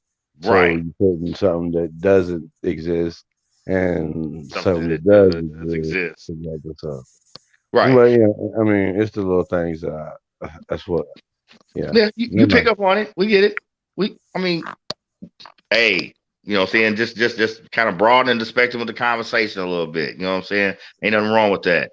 But the Bowles family, this was like really dope to find out. They are actually the descendants, what was known as the Black Loyalists. All right, they actually had immigrated north after escaping southern plantations during the Revolutionary War. Okay, so can I say that there were people, highly melanated people, Hmm. just like me in Apocalypse in the High, Hmm. in Ireland, like, and Top of the morning and yeah, all that shit. yeah. So just, I mean, if Right. But I'm saying, like, to be born in Canada and knowing that his family are actually part of the descendants, okay, of escaped slaves during the Revolutionary War who had migrated to Canada. Okay. Like, that's just a dope ass fact to find out about this. I had no idea as far as Rocky Johnson. You know what I'm saying? That's part of his family history. You know what I'm saying? Uh, Eventually, he moves to Toronto. Okay, at the age of 16, and dips his foot in the wrestling arena, and also saying scrounging up dollars, working as a truck driver, to earn some extra bucks. Okay, he gets into boxing training, and I mean, as far as sparring, all right. I mean, Rocky Soulman Johnson is the sparred. He sparred dude. with George Foreman and the greatest himself, Muhammad Ali. Oh, that's dope. Yeah. So I I got mean, a question: yo, Is The Rock really a naturalized citizen? of Is the he a US. Canadian? Is Rock Oh, Canadian? the Rock The is Rock. it? Okay, The The Rock. Rock. I don't know. Is he I don't think American? so. I don't know what his immigration status is. I would say probably American, yeah. Let me find out that motherfucker's from Canada. Well, I mean, I don't know. Okay. His dad's from Canada. The guy we talking, Rocky Soulman Johnson. He from Canada. Yeah, that's what I'm saying. So I was just trying, like, You I'm see, trying to do was it The Rock together, born while they were still in Canada? Is that what you're Yeah, asking? yeah, that's what I'm asking. Yeah, like, is he I, Canadian? I I don't know that. I don't know that. That's a good question though. But so like I said, he moved to Toronto, working as a truck driver, starts Help wrestling us out, Jay early. Walski. Say what? Hello? I'm asking for help from Jay Walski. Oh. Oh, let's see here, my friend. Oh, you're asking to dig it up now? Yeah, well, while you're talking, yeah. Oh, okay, that's what's up. I like it. All right. Uh, he has this NWA career that actually goes from 1964 through 1982. Okay. Now, thing about Jim Crockett Promotions and NWA, they had several hybrid offshoots throughout the country. Okay. Uh, so one minute he That may I know. be, yeah, we can talk about NWA Georgia, then he might be on the Yeah, Texas circuit for a minute, and Crockett then Promotions. yeah, there was a Rock, Pacific. Dwayne The Rock Johnson was born in the city of Hayward, California.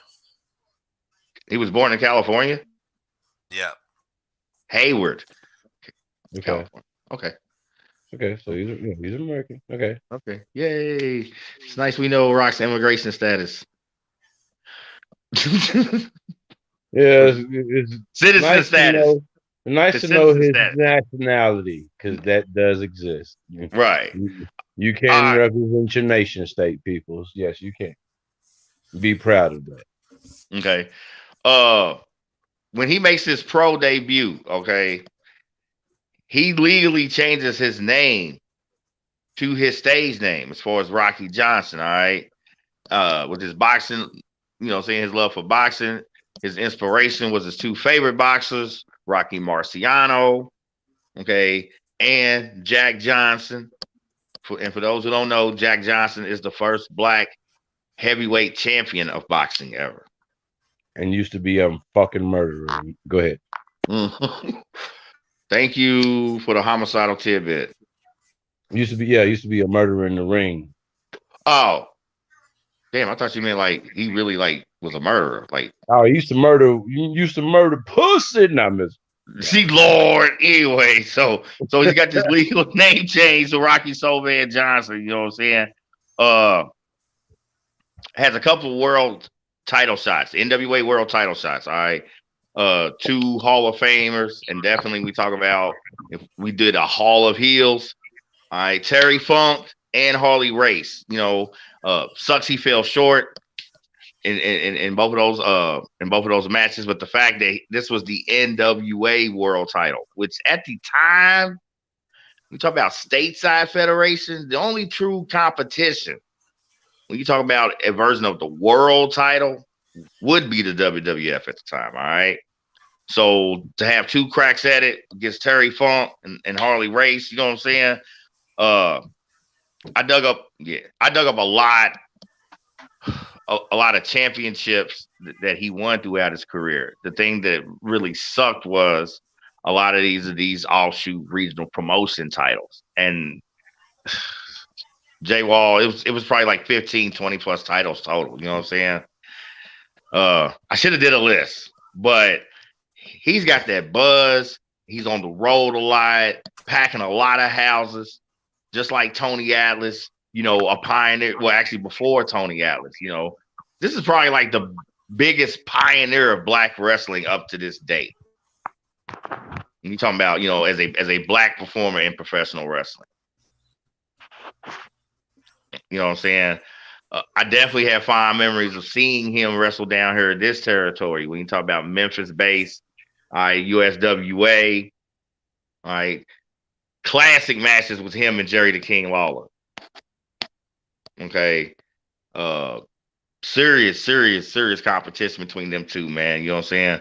So national push for the As a WWE. kid, Go ahead. Yeah, I love. As a kid, I loved to see Jerry King Lawler lose. yeah. whenever, whenever he lost a match, it just brightened my day. I had a good day from the rest of the for the rest of the fucking Saturday evening. Do tell us why, Ert. I hated that man. I thought he was so arrogant. Lawler was a motherfucker, man. Lawler pissed a lot of people off. Uh, Lawler ran a lot of shit down here. You know what I'm saying? Like a lot of other prominent wrestlers. You know what I'm saying? He had hands in the booking, the promotions. You know, so in ring and out, man. Lawler had a lot of pull and influence. Oh yeah, I remember him being everywhere, even at in the late '80s. You know Mm-hmm. what I'm saying? I remember him being everywhere, man. I And definitely wasn't Lawyer like kind of like not exactly one of those dynasty family type people like the Harts or the Samoans or people like this, but he also had like a lot of cousins that were wrestlers. Like he was still related in some. yeah, like okay, like see you talking about examples like the Jarretts. All right, like Jeff Jarrett Sr. and his Or kid the Double Orton, J. or the You know what I'm Orton. saying? I think Tommy Wildfire Rich and Lawler are cousins. Okay, I know the Honky Tonk Man is Lawler's cousin. Yeah, Uh, because I remember Eugene telling us that. yeah. When Honky Tonk Man's his cousin, I think maybe Eddie Hot Stuff Eddie Gilbert. If y'all remember him, anybody remember him? No, Mm-mm. y'all remember No, Hot no, Stuff sir. Eddie Gilbert? Well, if you No, I knew, don't. well, if you, well, I'm just saying, if you remember wrestling from this region, so you talk about Lawler, Tommy Rich, Eddie Gilbert was in that batch. Guy we mentioned before, with Tony Atlas, Dirty Dutch Mantel, or damn, Yeah. I'm showing my age. My bad. Um. Damn, what was I about to say? What's Fuck. up? What? Hold on. Lawler. Mm-hmm. Shit, I cannot think of that guy's name, man. What Right guy? there. What guy? Who Who? was the guy that? Okay. Okay. Oh, okay. First of all, the Orton family, right? Mm-hmm. Mm-hmm. Okay. There's like three fighters in the Orton family. Well, Bob's. There's Bob Senior. Okay. Then there's Cowboy Bob or Bob Junior. Okay. And then there's he's the father of Randy Orton. Randy Orton, yeah. So Right. I now that was one of the thought from earlier. Now, Okay. there was a guy that Jerry King Lawler always fucking fought. Well, there was several guys. It's like they had a fucking rivalry, dude. It's like I cannot think of this Dude, fucking. see this is where me being a few years older, you really like kind of takes its toll. Down here, when you talking about big rivalries, you talking about Lawler in the top of the class. Like he had some huge ones. Him and Harley Race, him and Bill Dundee, which was weird because one minute they be a tag team, next minute they be beefing. You know what I'm saying? Him and Austin Idol. Like when you talk about Lawler's top Wait, 10 rivalry list, Austin dude, Idol? like stop. I Like, need. I'm not, that bro. would have to be. I know it. I'm trying to spark my fucking memory back to I'm seeing these fucking foggy faces in my head, and I don't remember. Like little fragmented pieces and Yeah, okay, well, while you try to recollect your subconscious, you know what I'm saying? Let me get back to my little narration, all right? So WWF push 1982, already building a fan base, you know what I'm saying, like with different regional promotions, you know what I'm saying? Vince was really, you know what I'm saying, looking forward to giving him a big push. When you talk about legendary heels, once again, the magnificent one, or some say the original The Rock, all right, Don Morocco, Greg the Hammer Valentine's back in the picture. Okay. Of course, reminding y'all, clicking up with Tony Atlas, and they took out the Wild Samoans. Okay. When you talk, as far as the WWF tag team titles, Okay, then and things are looking up, man. I mean, once again, you know, prominent being on that prominent stage, you know what I'm saying, that national push, you know, after me watching this guy grind for years and him and Tony Atlas and that crowning achievement right there, man. You know, 83 when they won those belts. So I think it was like spring, summer year. I was 10. Because I didn't turn my birthday not till November. Man, major imprint on me early on as a wrestling fan, you know, and seeing brothers working it out, you know, getting it done, man. That shit was really like just moving and inspirational for me. Like I was hype off that title win for weeks, man. Like I would not stop talking about it. Uh after losing the belts, like I'm reminding y'all, you know, saying the Dick Murdoch and Adrian Adonis. I mean, it's pretty much the same slide professionally, similar to Tony Atlas. You know, Vince kicking them down to the lowest of mid-card status, you know, eventually giving them that contract release. 85 through 91, basically a lot of work via the indie circuits. I dug up circuits as far as Tennessee region, Hawaii, Puerto Rico. Puerto Rico, did nobody learn anything from the Bruiser Brody incident as far as being a stateside wrestler doing shows in Puerto Rico? I guess not. I'm not going back now. Can you tell them no, you ain't going ever? Is there more murder? Well, no, there's no more murder. It's just, you know, in digging up his post WWF career and finding Puerto Rico on the list of these indie circuits, it's just like, you know, Bruiser Brody, man, Puerto Rico, like it's there. All right. He eventually retires permanently, 1991. You know, like we said, as far as being part of the birth of greatness, it's where it comes into play because WWF legend Pat Patterson, you know what I'm saying, and Rocky Soulman Johnson decided to combine their efforts as Dwayne Johnson, the one who become the great one to rock, throws his hat in the professional wrestling ring. You know what I'm saying? It was with hesitancy though. Rocky Johnson was steadfast that he was not going to take it easy on Dwayne. All right, was not going to show no favoritism. You know, pretty much try to do everything he could to talk him out of it. Dwayne said no, you know, and so the training began. All right. Eventually, which I do remember this because this goes back to when I was telling y'all the story of The Rock. Developmentally, he was Flex Cabana, you know, wrestling down here, OVW.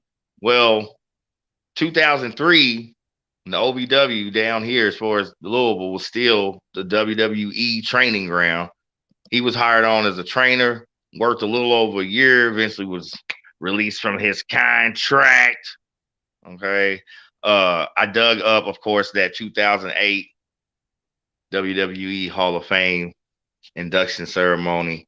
I remember that WrestleMania. I remember ordering that one, and I remember watching his induction ceremony, you know, and The Rock delivering the speech, man. And I mean, me watching generations, you know, saying of the Inouye tribe and the Maya V is going back to, you know, what I'm saying, old Chief Pete Maivia, who's gonna come into play in a little bit, you know, and Yokozuna and guys now. When you talk about Roman Reigns, the Usos, okay, Alpha and Sika, the Samoans. This is part of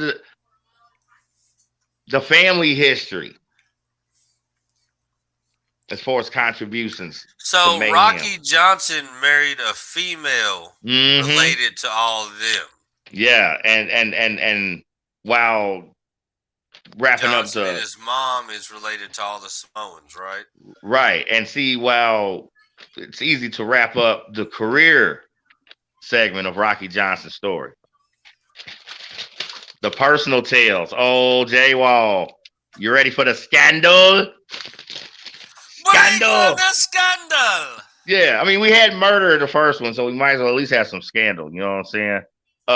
Okay, so you flash forward to like 2018, 2019. Rocky Johnson's piecing together his autobiography as far as a book, okay? And he's co-writing with this guy named Scott Teal. He's gonna come in on the back end. But in regards to his personal life, his first wife, I tracked her name down. Her name was Una Sparks. All right. She was a part of the Jehovah's Witness. Now, Oh shit! Old door knocking pamphlet right? handing out motherfucker. Yeah. Now, you talk about a conflict of interest because one of the things the Jehovah's Witnesses do not believe in is participating or condoning anything that's a blood sport, if you will. You know, and They also seem to not believe in Sunday morning hangovers, motherfuckers. I know, man. Like, I kind of miss Sunday. I need a Sunday morning hangover soon. And it sounds like you're already getting started on one. It's only Monday. You know, if you're going to be great, you got to practice. Practice, motherfuckers. But so conflict of interest. You know, he is with a woman, you know, who's a Jehovah's Witness. They don't believe in blood sport. And particularly that really sucks when you're a professional wrestler. That's your job. This is what you do. Yeah, this is what you do for a living. You know, this is how you bring home the bacon. This is how I bring home the bacon, honey. I mean, like, what's the deal? You know what I'm saying? Does Jehovah's Witness even eat bacon? I don't even know what they eat. You know, I can tell you what they could eat if it was up to me, but you know, that's gonna give me a TVMA for sure. So yeah. But anyway, enter Chief Pete Maivia. All right.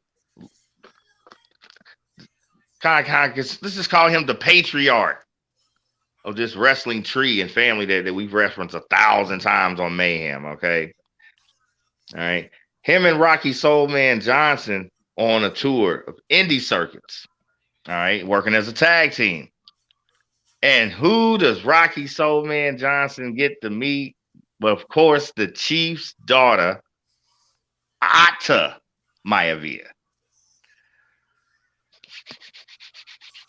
Now, he's already has 2 children and a wife back home. We talk about his son, Chuck. Okay, I got it right here. What are their names? His children by his first 2 wife. Lord, I'll get back to it. But anyway, so he's already got 2 kids and his first wife, and then he meets the daughter of his tag team partner. Okay, love is in the air. I don't have another good ad lib after love is in the air. Okay, but yeah, you got this good looking brother with Irish blood running through him, born in Canada, clicking up with an island girl. An island girl. She's an island girl. That's right, man. Where's the luau's and the roast pigs, man? Fuck that shit. For real, let's get it. Eventually, you know what I'm saying, the Chief finds out about their liaisons, if you will, when it comes to Rocky Soulman Johnson and his coveted daughter, Ata. He ain't having it. Chief's not happy. Like, you gotta work with the father of the chick that you're cheating on your wife with. How does that work as far as awkward work situations? Like, y'all understand what I'm saying? Okay, and it's no deterrent, you know, detriment to his character. All right, CJ Hall. See, you wishing it was some murder. No, this is not an episode of Oxygen. This is not Snap, bro. Okay, but still, you gotta work with the father. Okay. Of the chick that you're cheating on your wife with. I mean, that is some fucked upness right there, man. Eventually, the ultimatum's given. You know what I'm saying? His first wife, Una's like, look, I can't deal with this wrestling shit no more. It goes against my religion. You got to make a choice. All right. Rocky Soulman Johnson, you know what I'm saying, speaks his piece amicably, you know, as he tells it, you know, an amicable divorce. So supposedly not a whole lot of hard feelings and beef or whatever, and marries the chief's daughter, Ata Mayaviya. All right. Now marrying in. I mean, that's a kind of a gangsta ass move, don't you think, y'all? Yeah, that's kind of like being a young and up and coming wrestler now and marrying into like the Steve Austin family or the Hart family Right. or the Or like Shawn or Michaels family or something like this. yeah. Or like of course, you know, when Triple H married Stephanie and Yeah, well, that was even more opportunistic. exactly, but it's just a point, you know, but it's just so weird how the relationship of his second wife, the one who would become the mother of the Rock, starts with as an extramarital affair. You know, he's committing during his first marriage. And then you're working with the father of the girl you're doing this shit with. And then now you marry into the family. Now he's like, welcome to the family. You know what I'm saying? You know, I mean, hey man, it is what it is, man. He It's was just like, he was trying to keep some good billing. That's what he was doing. I mean, We can spend my real life as a motherfucking wrestling situation. story, Yeah. man, for real. Uh, but man, I just finding all this shit out, man. As far as that between his first and second wife, you know, I knew that, you know, he'd been married before, and that his second wife is the one who's the Rock's mother. I didn't know this was the backstory on all that. All right, who needs a fucking soap opera when you got this shit going on? You know what I'm saying? Uh, Right. So The Rock has a step brother and sister. You said. yeah, I have their names. Oh, I wonder if he has any kind of relationship with them. I don't know. I don't know. I don't know. I don't know. I mean, it's right here.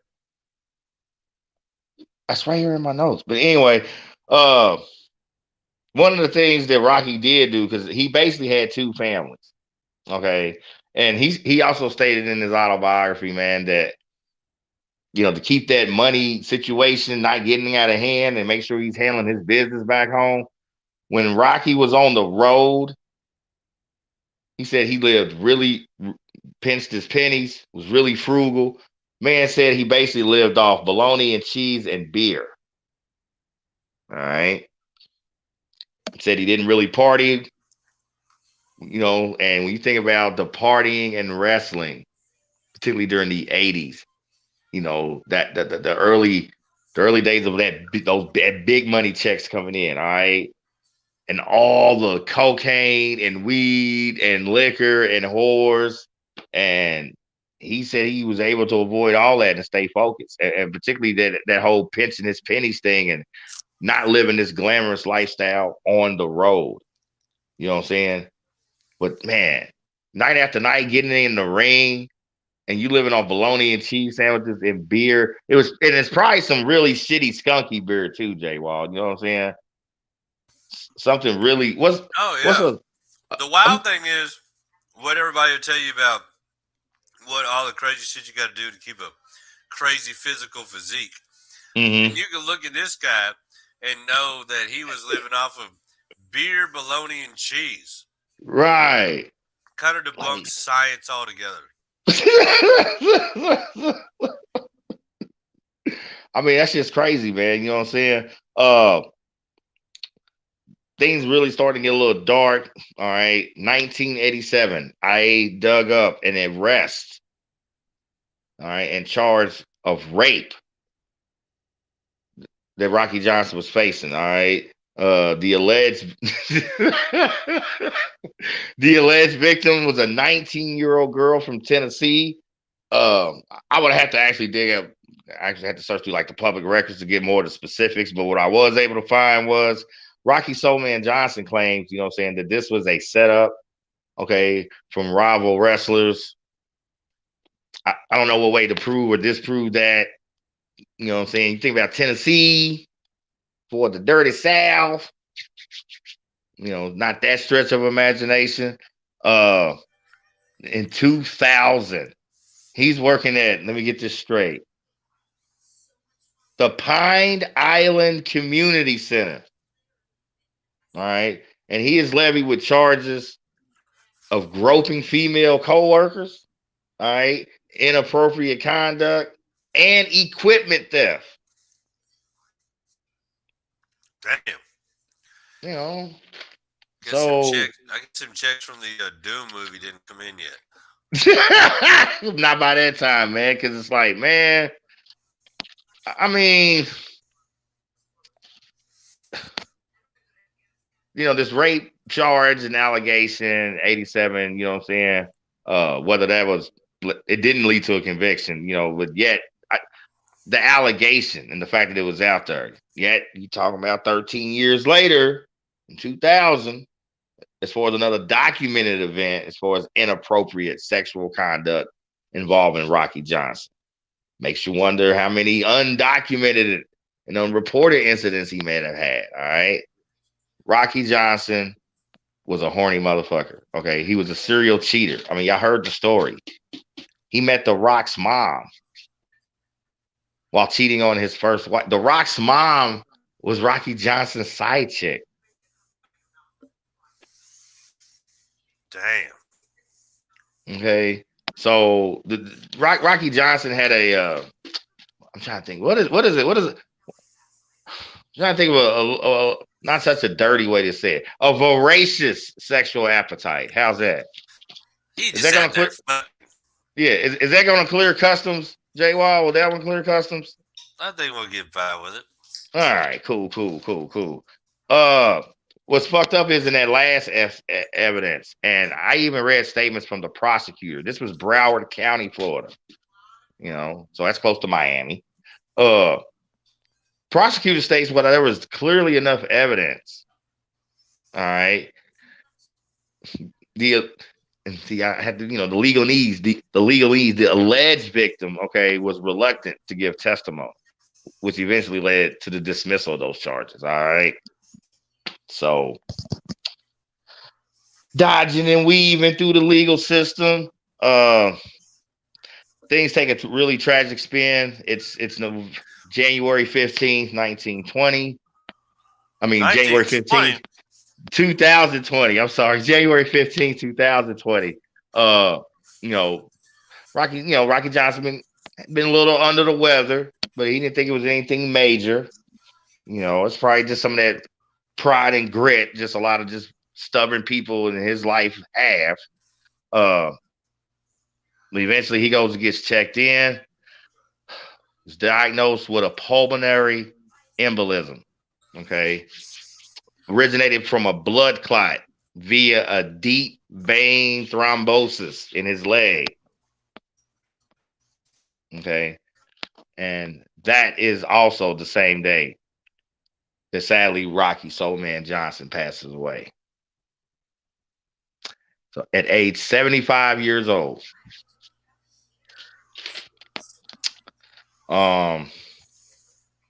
Like I said, in 2008, as far as Rocky Johnson's Hall of Fame induction, you know what I'm saying?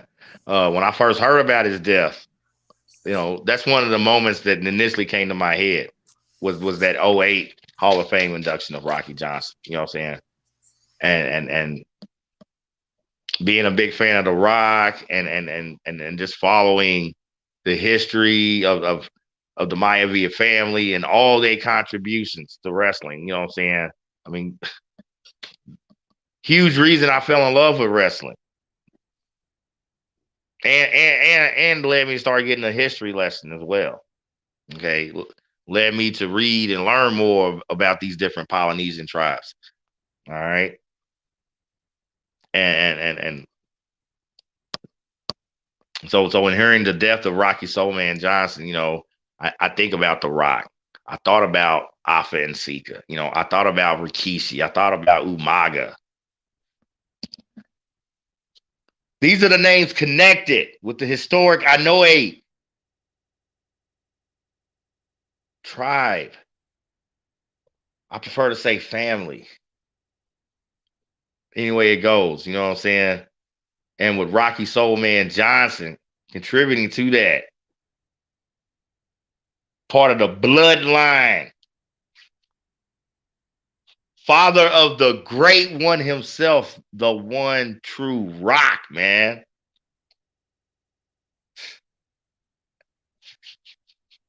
Long life and a long career and helping sow the seeds of greatness. Yeah, that's a good shot of them when you talk about side by side.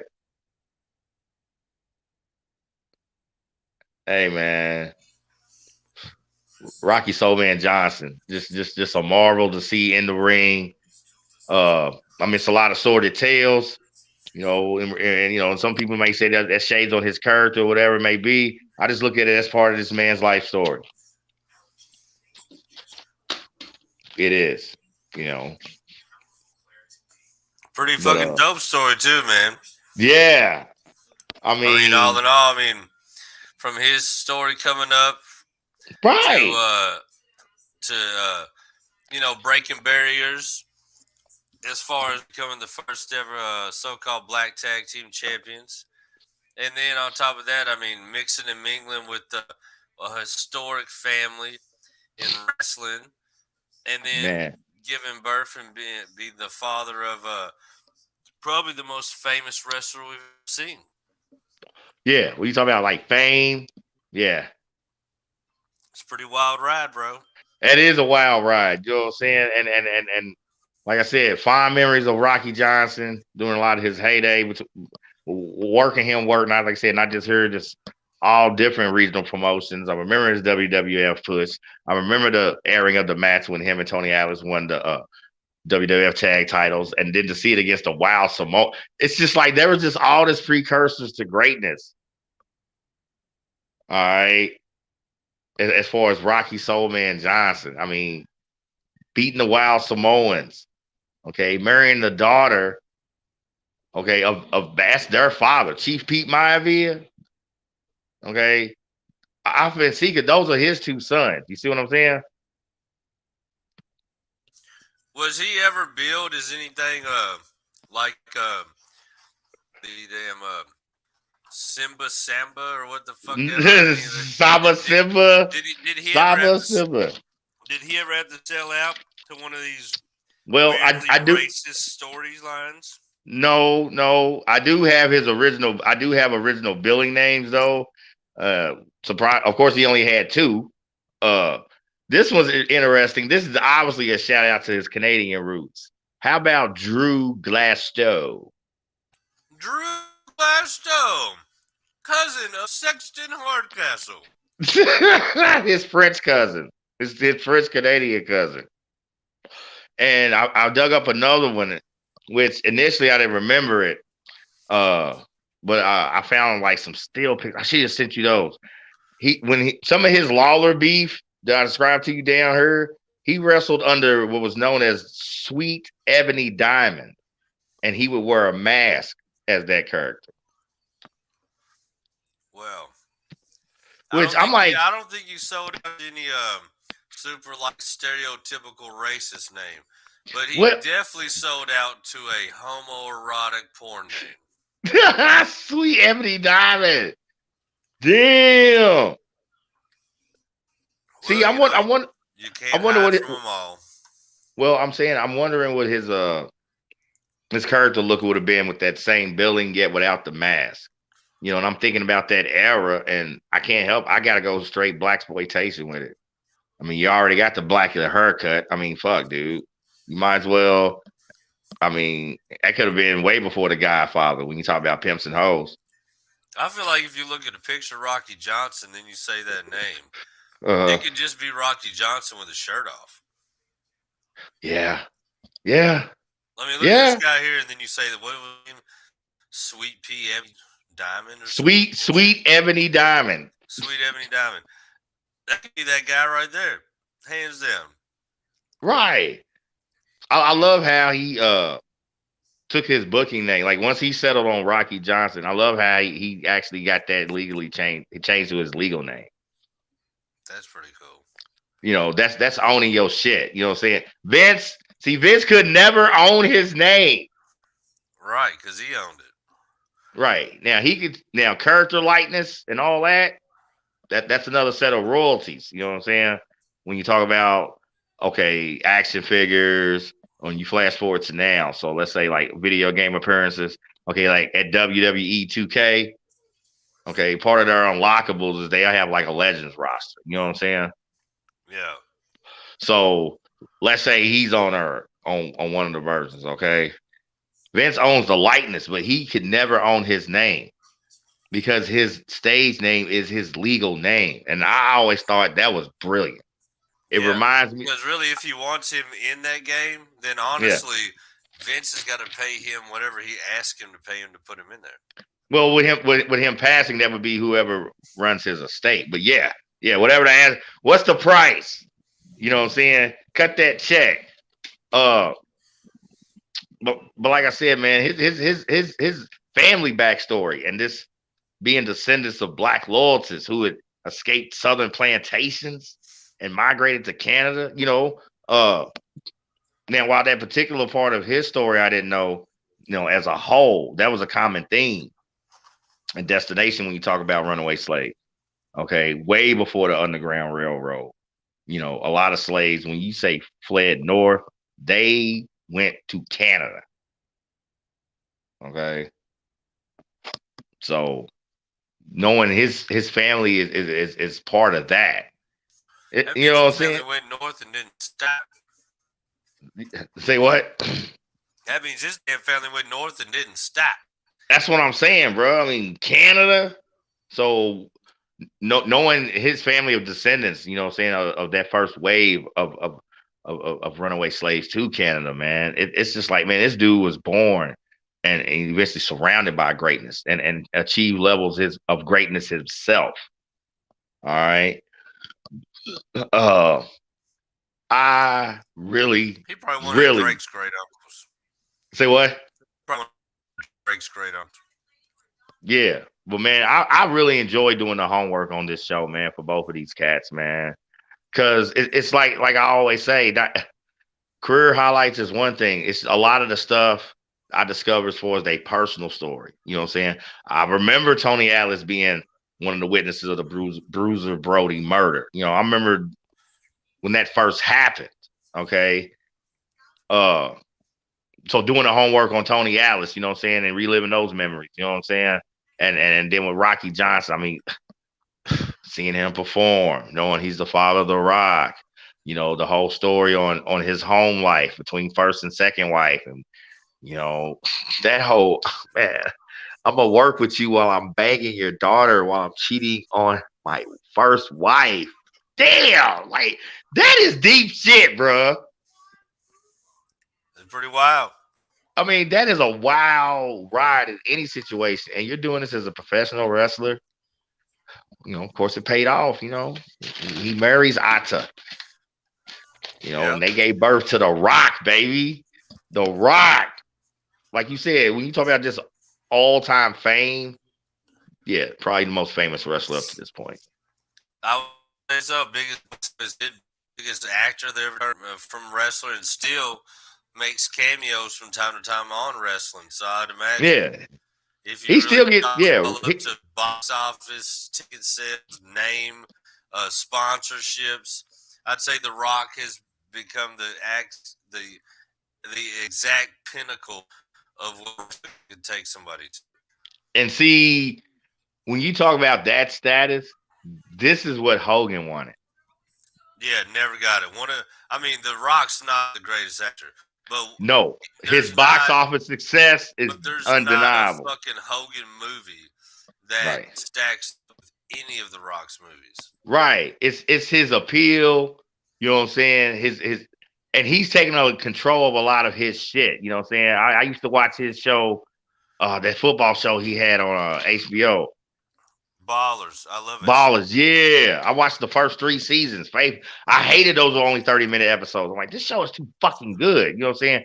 He's got his hands, not just, of course, he's doing his movies, but he's got his hands on a lot behind the camera shit. Have you seen his Black Adam trailer yet? No, not yet. I mean, I don't know how much you're into DC as a universe compared to Marvel. It's always touch and go with me.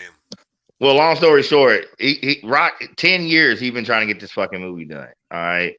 And long story short, Black Adam, his big in DC, his biggest rival would be Shazam. Yet if there is someone that could realistically actually slap the shit out of Superman, it would be Black Adam. Like that's how powerful this motherfucker is. And his the trailer's running. I'm excited as fuck. You know what I'm saying? And so when you talk about Rocky Johnson and his whole life, and knowing part of his life is being the father of this cat we discussed it. When you talk about The Rock and everything he's went on to do, man. Another reason I was excited to do the homework tonight, Jay. You know, well, to do the homework for tonight's show because I've been at it since about Saturday night after I got in from work, Jay Wall. Yeah. Feel me? Yeah, just for these two cats. Because, like I said, it's just not the stuff in the ring; it's their life. You know, I feel Tony Atlas, man, was probably on the cusp. You know what I'm saying? A couple of times, and then after that whole Bruiser Brody incident, I think it just fucked him up mentally. You know what I'm saying? Probably did. Like I said, when I watched, you know what I'm saying, I watched 3 or 4 different podcasts and interviews of him telling that story. And like I said, it's some bone chilling shit to listen to. You know what I'm saying? It's like when you watch like true crime murder cases and then it's got the wrestling backdrop. Right. You feel me? And you know, it's just another reminder, man, that there's so much other components besides the glitz and glamour. A lot of shit that's just especially a lot of these casual wrestling viewers. You know what I'm saying? Have no clue going on behind the scenes, bro. Yeah, I think I'm gonna look into that story a little bit on my own personal research, just for something to check out. Yeah, well, just remember the defendant in the case. Okay, let me get it right. Let me get it right. What is this asshole's name again?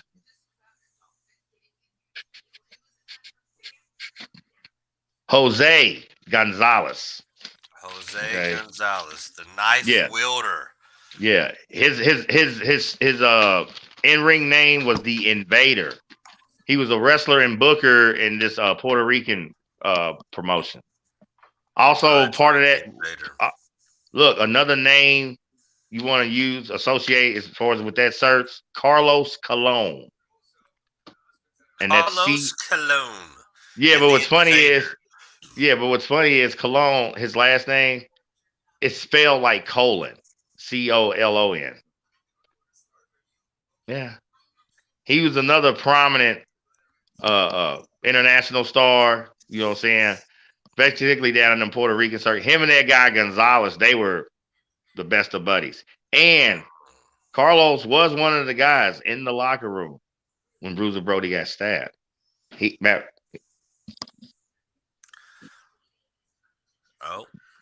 Dude, there was some shady shit going on. You know what I'm saying? We're gonna figure that one out. Well, I mean, how do you not summon the top 2 witnesses to come testify in court? And then you got disappearing murder weapons and shit and false witness statements. You know, them trying to get Tony Adams to say that it was a wrestling fan that it did it. Oh, yeah. There was more to the story. Yeah. I'd say you got to follow that one all the way to the top of who those 2 fellas know. Yeah, and like he says it, man. Him not, like I said, when he loaded Brody in the ambulance, was at the hospital for like a couple hours, still came back to the arena to do the show. After the show ended, he states he never went back to his room. He spent all night on the beach, and he credits that to saving his life. Fucking next. So. I mean, think you had the next morning, fucking Savio Vega runs up on him. He's already got Tony Atlas's bag packed and just hands it to him. He's like, dude, get out of here. They're coming for you. Right. Yeah. We might need to go we might just need to dive into that story by itself one time. I mean, like I said, it's just the Axis channel. They've had this show the last few years. It's called Dark Side of the Ring. Okay. The Bruiser Brody story, I think, is either a season 1 or season 2 episode. Okay. All right. that's what's been making it more high profile. But I mean, like I said, the Bruiser Brody story. I mean, this I mean, fuck, dude, this happened in '88. You feel what I'm saying? This is almost 35 years ago.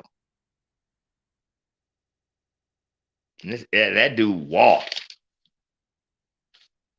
Yeah, the promoter or somebody. It was the promoter. Well, okay, Jose Gonzalez. And like I said, the other name you want to have associated when you do your search on all this shit, Carlos Colon, Colon. I love how his name is actually spelled like colon. Like I've never gotten over that. No. You know, yeah, I seen him perform like on like a few like stateside stints he had, and then like in the late '80s, early '90s, when a lot more of the home videos started coming out of like more outside U.S. federations. Like I seen him in a lot of international shows, like Mexico, Puerto Rico. He wrestled some in Hawaii. You know what I'm saying? So Carlos Colon, that is the other name you want to have associated with that. Jose Gonzalez, as far as name search, and that whole Bruiser Brody murder most foul. It fucking happened. You know what I'm saying? We don't give a fuck about no acquittals. MDK, murder, death, kill. Yeah, we don't give a fuck about no acquittals and, you know what I'm saying, missing murder weapons. These are the facts. Okay, it was murder. These motherfuckers got away with it. You know, for real, for real. I guess that's how you get away with murder. You know, that's how you do it. Dude, also J-Wall, man, and fucking with this, man, when you get a chance to do it, man, you know, check out some of these interviews that Tony Atlas gives, like when he describes that night, bro. Like I said, it is gripping fucking shit. Oh, yeah, I'm going to dive into it. Real talk. All right, y'all. To wrap up, okay, y'all seen we ran it earlier, okay, as far as Adrian Richardson and the Peacock line. I'm going to remind you motherfuckers, you know what I'm saying? It's always good to try to change it up, switch it up. You talk about your shoe game. Cool way to do it. Adrian Richardson Peacock line. All right. Okay. You got to dare to be different and think outside the box, y'all. Quick shout out to Shell, Chic, and Unique jewelry and beauty accessories as far as the ladies out there who may be checking out. You know what I'm saying? Check us out on Monday Night Mayhem or any other Blurred Minds media programming. Shell, Chic, and Unique in-store kiosk. St. Matthew's Mall. If you can't make it to the shop, that is no problem. She will help facilitate your purchasing request via shellchicandunique.com. All right. Reminding you, it is stylish to say. J-Wall. Yeah, man. I love tonight's show. I love how we wrap up Black History Month. You know what I'm saying? I love it. You know what I'm saying? I really, really, really did. You know. Yet, for a little preview for next week. You know what I'm saying? I ain't dropping no names yet. You know what I'm saying? I am definitely going to facilitate your request. Okay, because ladies and gentlemen, boys and girls, dogs, cats, chickens, and rats, we are definitely going to switch it up when it comes to next week's Monday Night Mayhem. Okay, we're going to have our little version of what we're going to. Okay, we're definitely not calling it Ladies Night. You know, I got a couple of days to work on a doper title for that mixtape, but this one's we definitely gonna shout out the ladies. Okay, some of the wild, raunchy women of professional wrestling. We will profile, present in that Blurred Minds Media Monday Night Mayhem way, or as Jay Wall simply stated in his message, we get to talk about some pussy. There it is. Finally, with Spanish pink and leather makes sense. Yeah, the sausage fest is over with. We're taking a break. You know what I'm saying? So we gonna get it a little sexy next week as far as Monday Night Mayhem. You know what I'm saying? Gert City straight dipped on us. You know what I'm saying? That's all right though, man. You know, we cool with that. You know, hopefully he'll hop back on next week or sometime in the future. All right. I know Uncle Eugene was in the whip riding dirty with me. Had to pull up at the stoplight, let him out so he can attend to his affairs. Okay. Earth the nerve. He left us. Bro. You know what I'm saying? But it's all good. Damn shame. Yeah, that's all right. It's all good. He was glad he was able to chime in when he could. All right. Hopefully he'll hit us back next week. might want to check him out on his platform, or somebody got to say this shit. J-Wall, like I told you, man. I mean, I've been keeping up with this Ukraine situation for a while. Yeah, y'all show, cause man, bro, y'all really just broke some shit down. You feel me? Man, it's always good to have a blurred mind when it Yes. seems like the world's powers are at odds. Exactly, man. Because I keep trying to tell these people, man, only a blurred mind can see through the bullshit. All right, so check out Earth the Nerve. Somebody got to say this shit. Okay, Shop Talk Sports keep running on Sundays.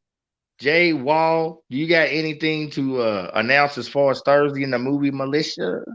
Well, the next movie, Militia, would definitely be season 1, episode 1 of Boba Fett. Now, I am heading down to New Orleans for Mardi Gras, so depending on what time and where I'm at, you may get a movie Militia or you may get a Blurred Minds live from Mardi Gras. One of the two will happen.